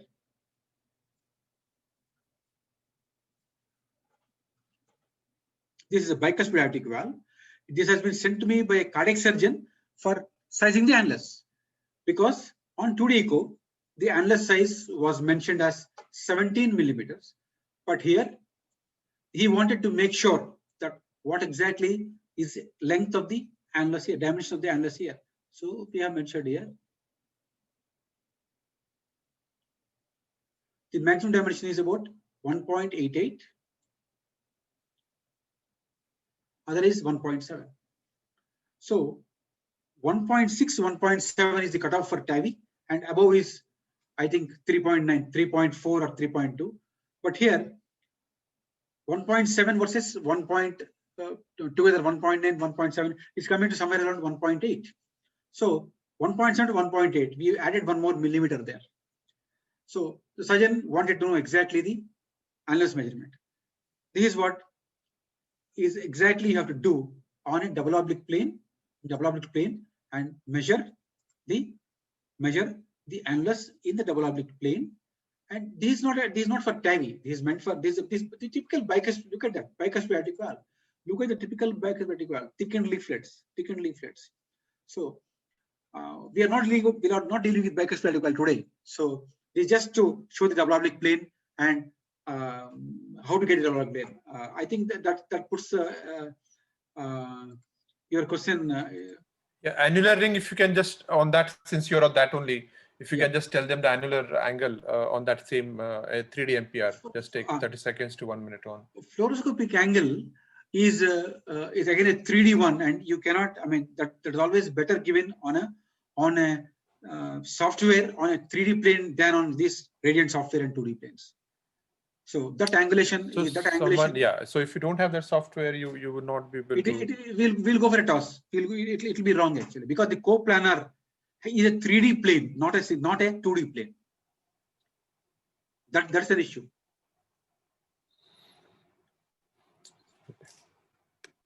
Shall I proceed with my slides now? Yes, please. Yeah. So now coming to the second part of it is evaluation of aortic root, that is valve, coronary sinus, and Austral evaluation. So this has to be done best in 60 to 80% of cardiac cycle. Some people have used 45% also. That's also fair enough, because in late diastole or early diastole, it's okay, but should be in diastole. The rest all anatomy, except annulus in systole, rest all anatomy is in diastole. Now you have to measure you have to mention about the valve morphology. I have told you.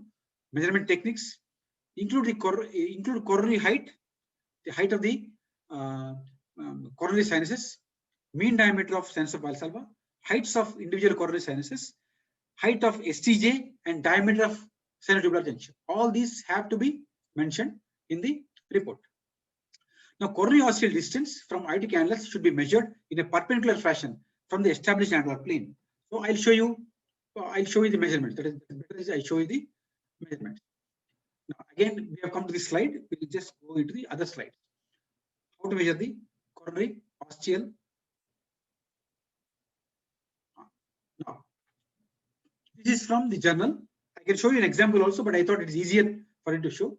So whenever you start measuring the height of the left or right coronary sinus, it is again measured in these oblique planes, sagittal oblique plane, or coronal oblique plane, and you always fix one crosshair at the annulus. Always maintain that at the annulus, and maintaining that at the annulus, you take from the base of the coronary ostium, from the base of the coronary, from the ostium, from the base of the ostium, perpendicular line to the annular plane.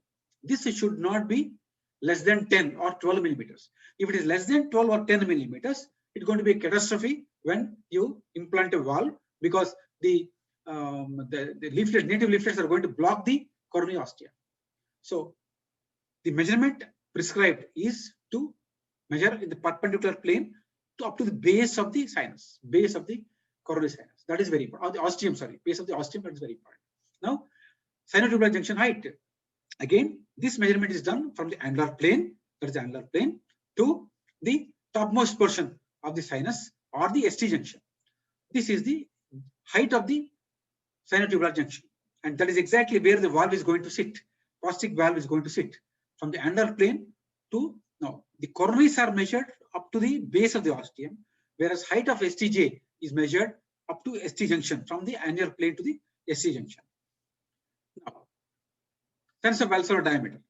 Sinus of Valsalva diameter is again measured parallel to the annular plane. So the annular plane measurements are for the coronary ostia, for the annulus per se, and the coronary sinus of Valsalva. Remember, rest all cyanotubular junction, ascending aorta, are the planes perpendicular to the long axis of that particular segment of the aorta.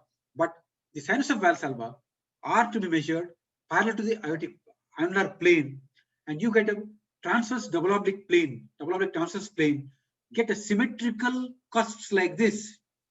Once you get a symmetrical cusp like this, from the right coronary cusp at 1 o'clock position or 12 o'clock position to the opposite commissure. Similarly, non-coronary cusp at 8 o'clock position to the opposite commissure, and left coronary cusp at 4 o'clock position to the opposite commissure. That is what you measure. Largest diameter you give, or average all the diameters and give. That is the measurement of the sinus of Valsalva, or you can call it as aortic root diameter. Aortic root or sinus of Valsalva diameter at this level is what you give in this particular fashion. That is very important.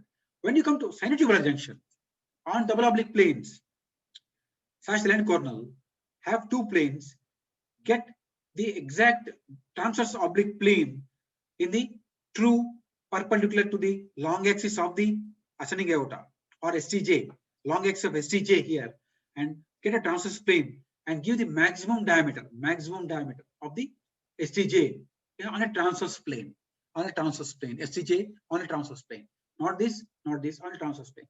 Similarly, ascending aorta, again, put your crosshairs on double oblique coronal, double oblique sagittal, have perpendicular to the long axis, make it perpendicular long axis on both planes, get a good circle, give the long axis of the ascending aorta in this plane.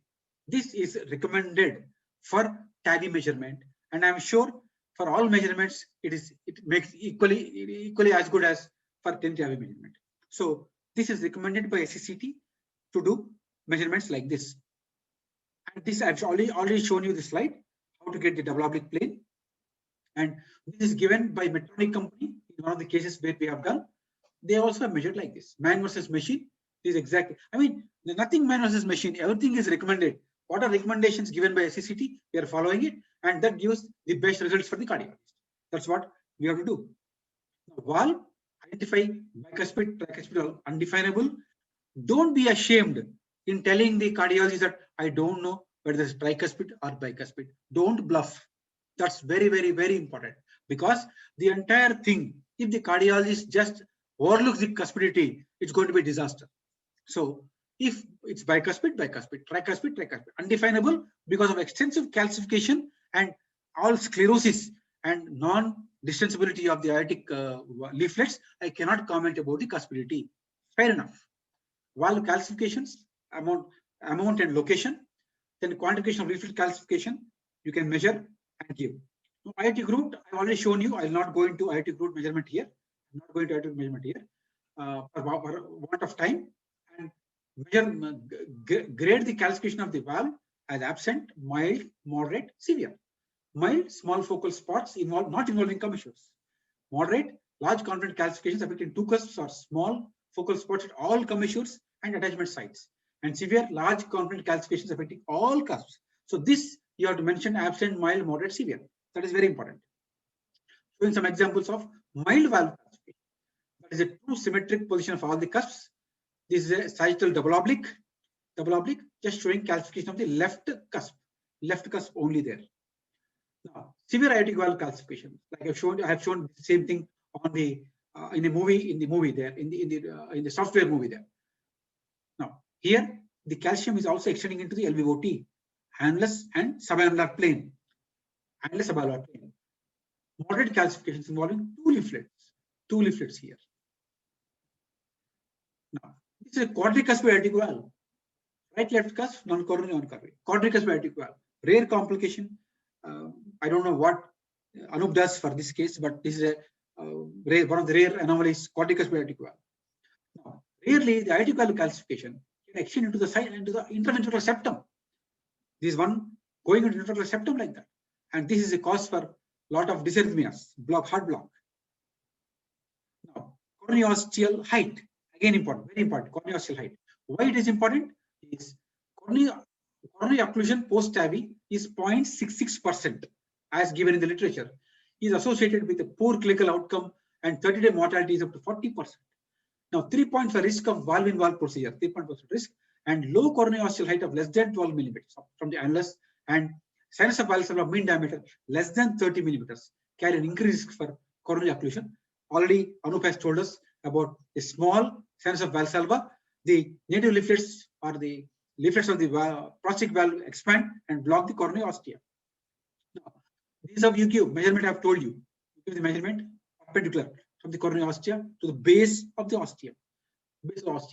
And this is a software picture again showing the measurement of the aortic root at the cusps, the maximum diameter of the cusps, and this is the measurement given. STJ measurement is given here. LUOT dimension is given here. That is a software again. Software in what I am doing gives all these measurements in a proper aligned format, in the proper predetermined format.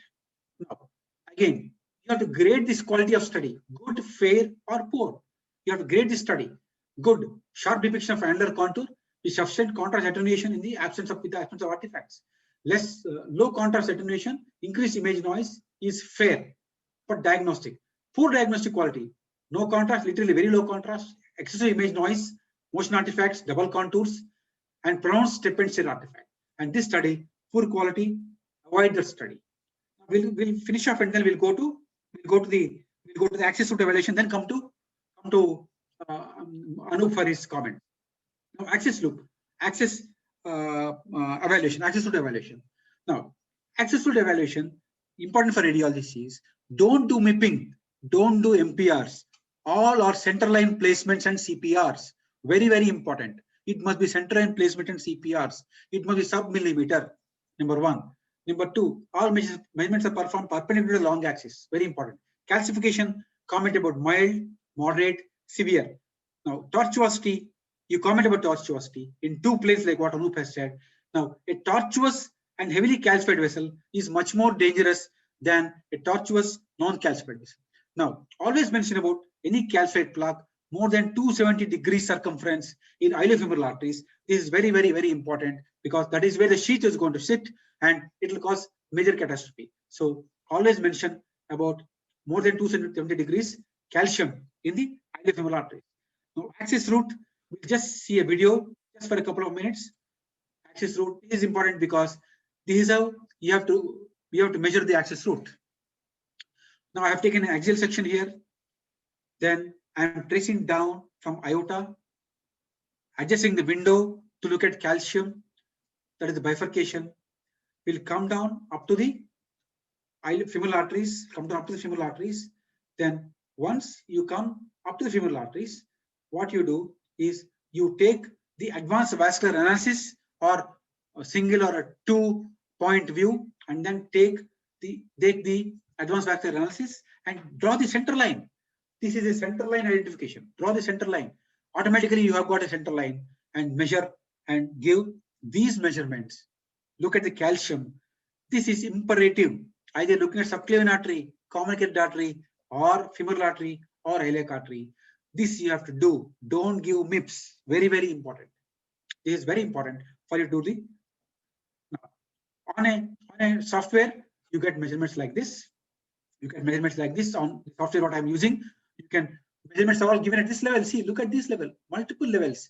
Ascending aorta just above the ostia, distal ascending aorta, between brachiocephalic trunk and left communicated artery, left subclavian artery, proximal descending aorta, diaphragm, above the renal arteries, below the renal arteries, at the bifurcation, common iliac arteries, external iliac arteries, common femoral arteries. All these measurements have to be given either in a picture or in the reporting format.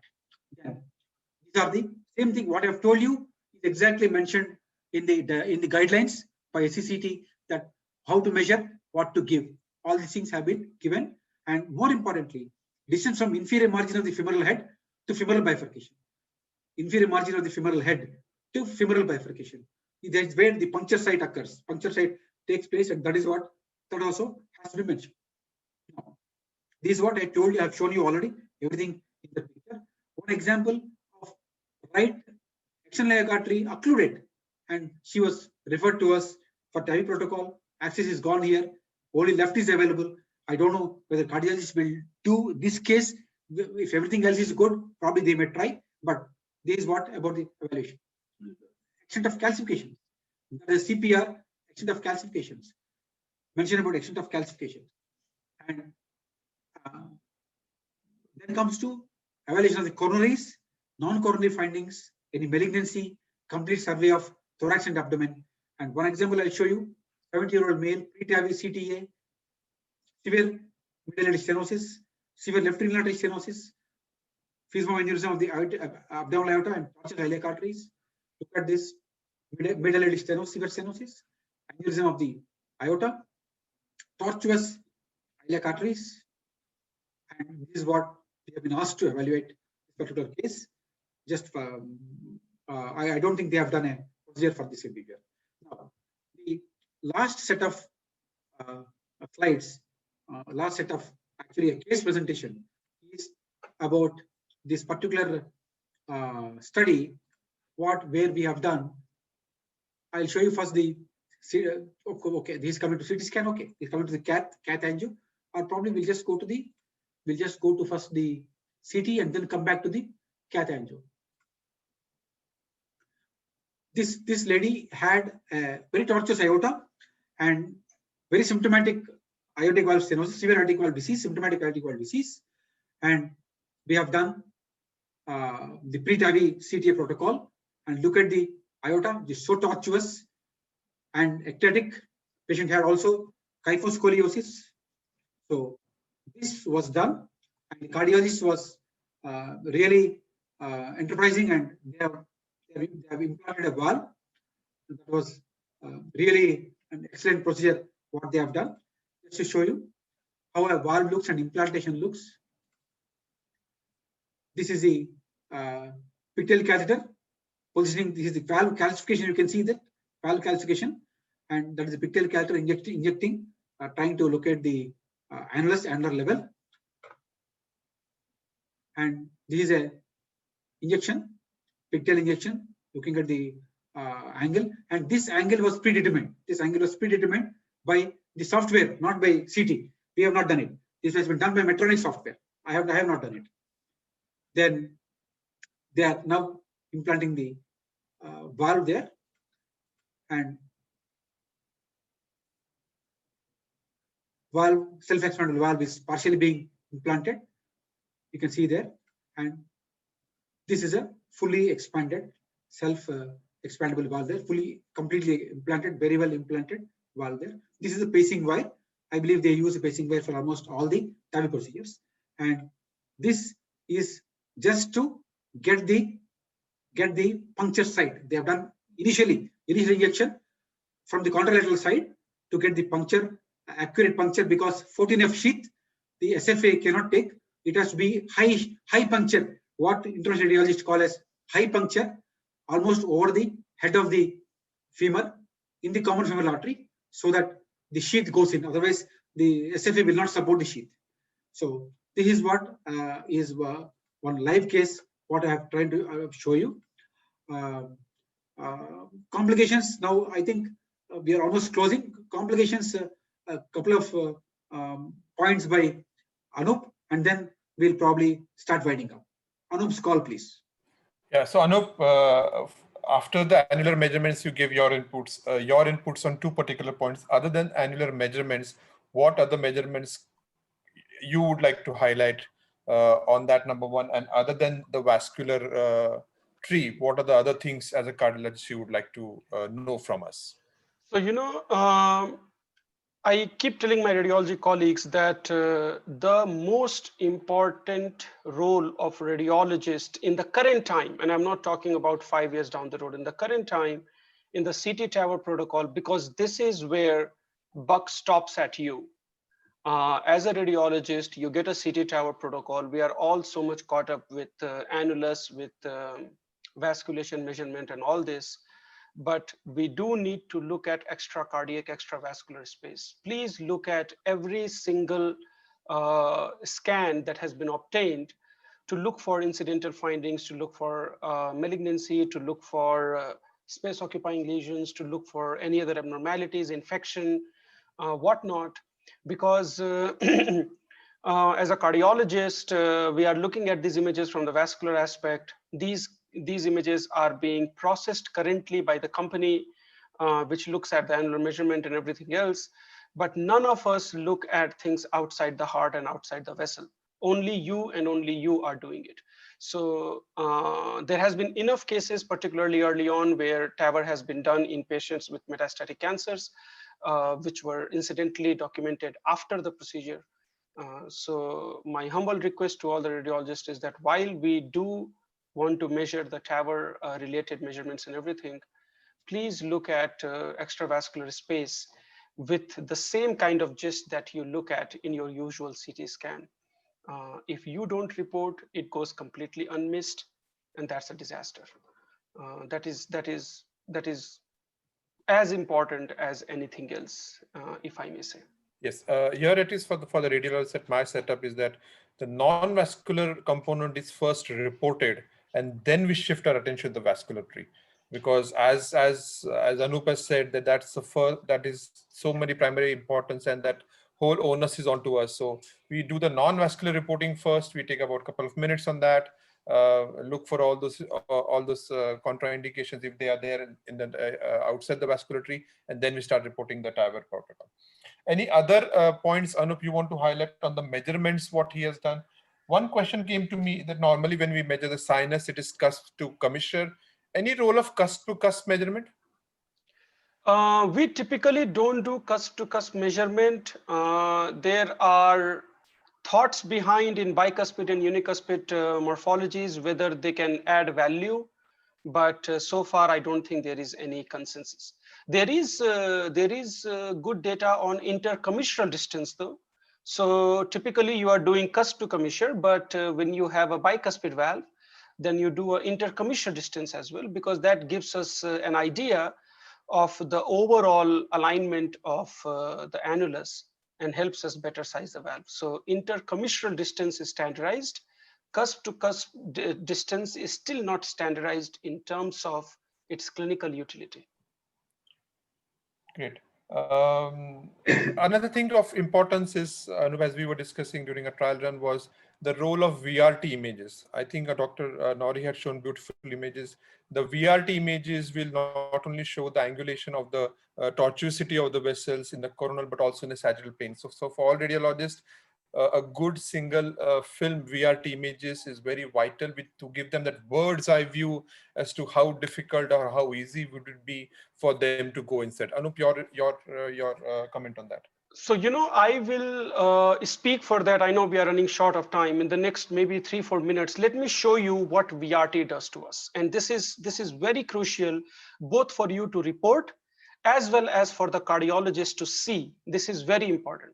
So this is a case we did yesterday. And I remember Dr. Hemant, we were discussing last week about this particular image.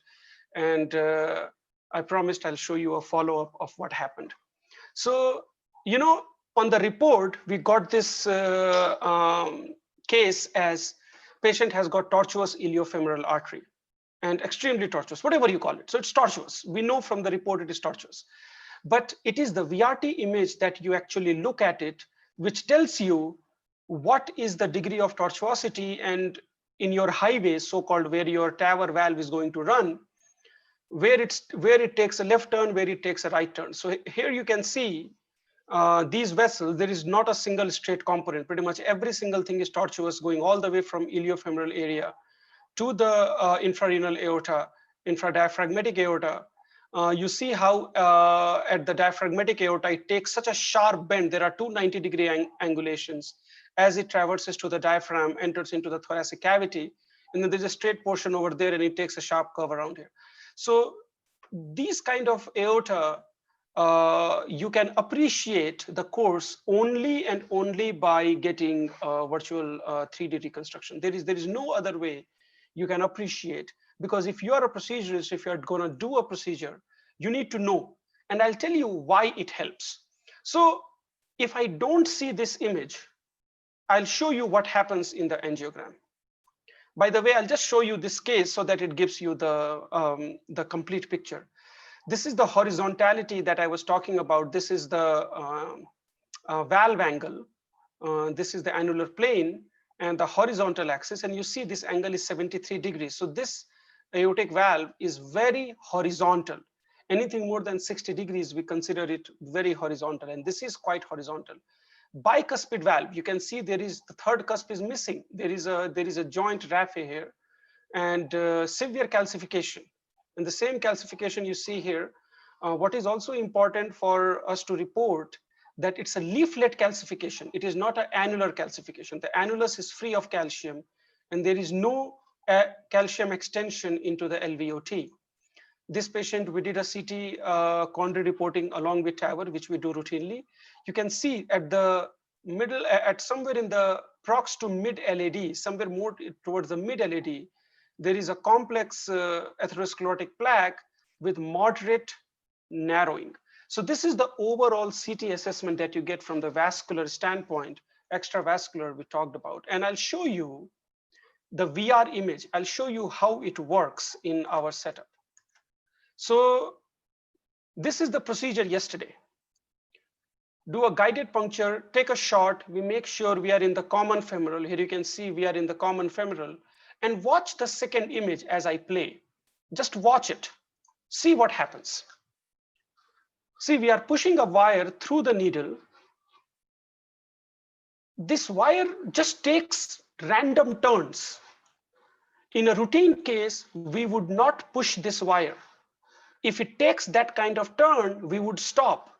We would question ourselves where this wire is going.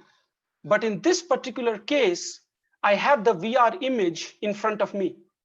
I see where all the arteries take the left and the right turn. So I'm very confident, and I know that wherever my wire is going, it is not coming out of a vessel. It is not going into a branch. This is the vessel. This is the patient's vessel. It is just tortuous in that angle.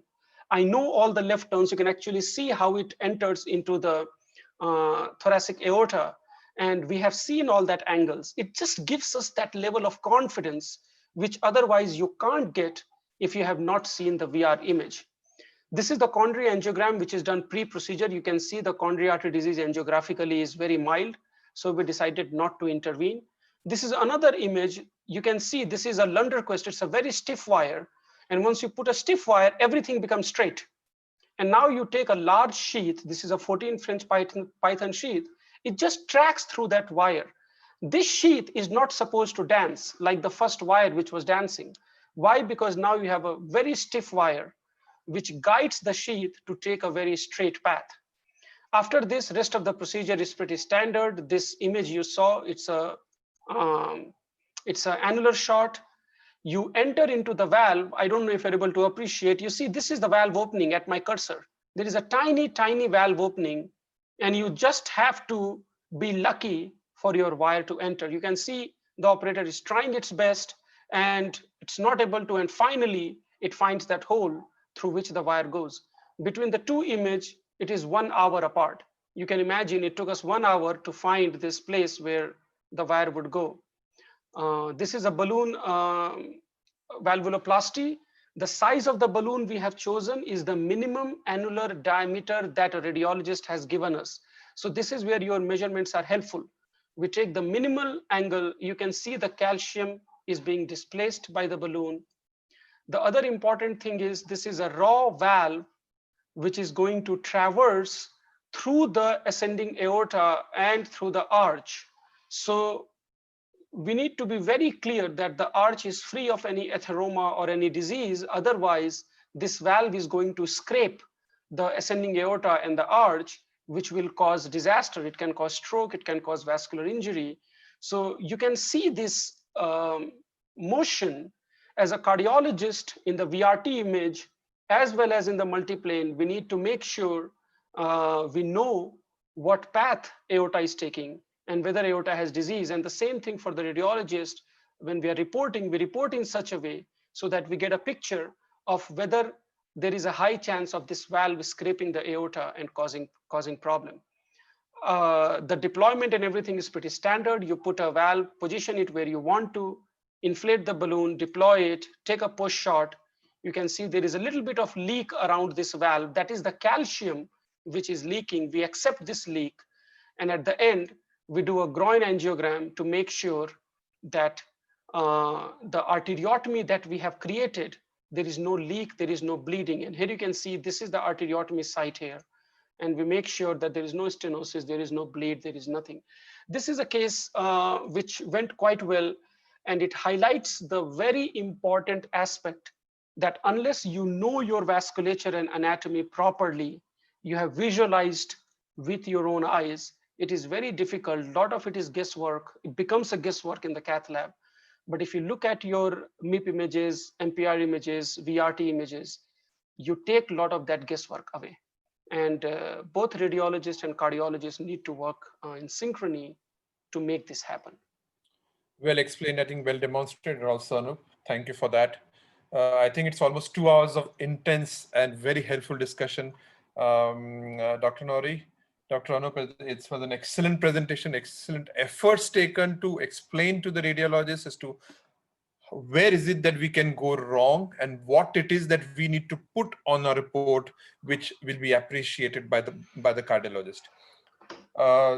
I think we can end the session here. Dr. Nori, Dr. Anup, Priya, can you come on the screen, dais? And Dr. Priya? Yeah.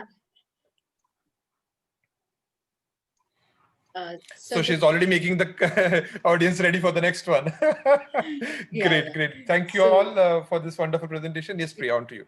Yeah, the presentation was so good, Dr. Nuri and Dr. Anup, that we just didn't realize where the time flew. Thank you very much. So next session is on 12th February. It will be related to flow imaging. We'll discuss about the technique, application, pitfalls, and clinical utility of flow imaging. Dr. Rajesh and Dr. Mahesh from Amruta Institute of Medical Sciences will be taking the topic. So see you next month then. Thank you. Thank you all. Good night. Very much. Thank you, Anup, for an excellent. Thank you, guys. Demos. Thank you for having. It was a pleasure. Thank you so much. Good night, guys. Good night. Good night.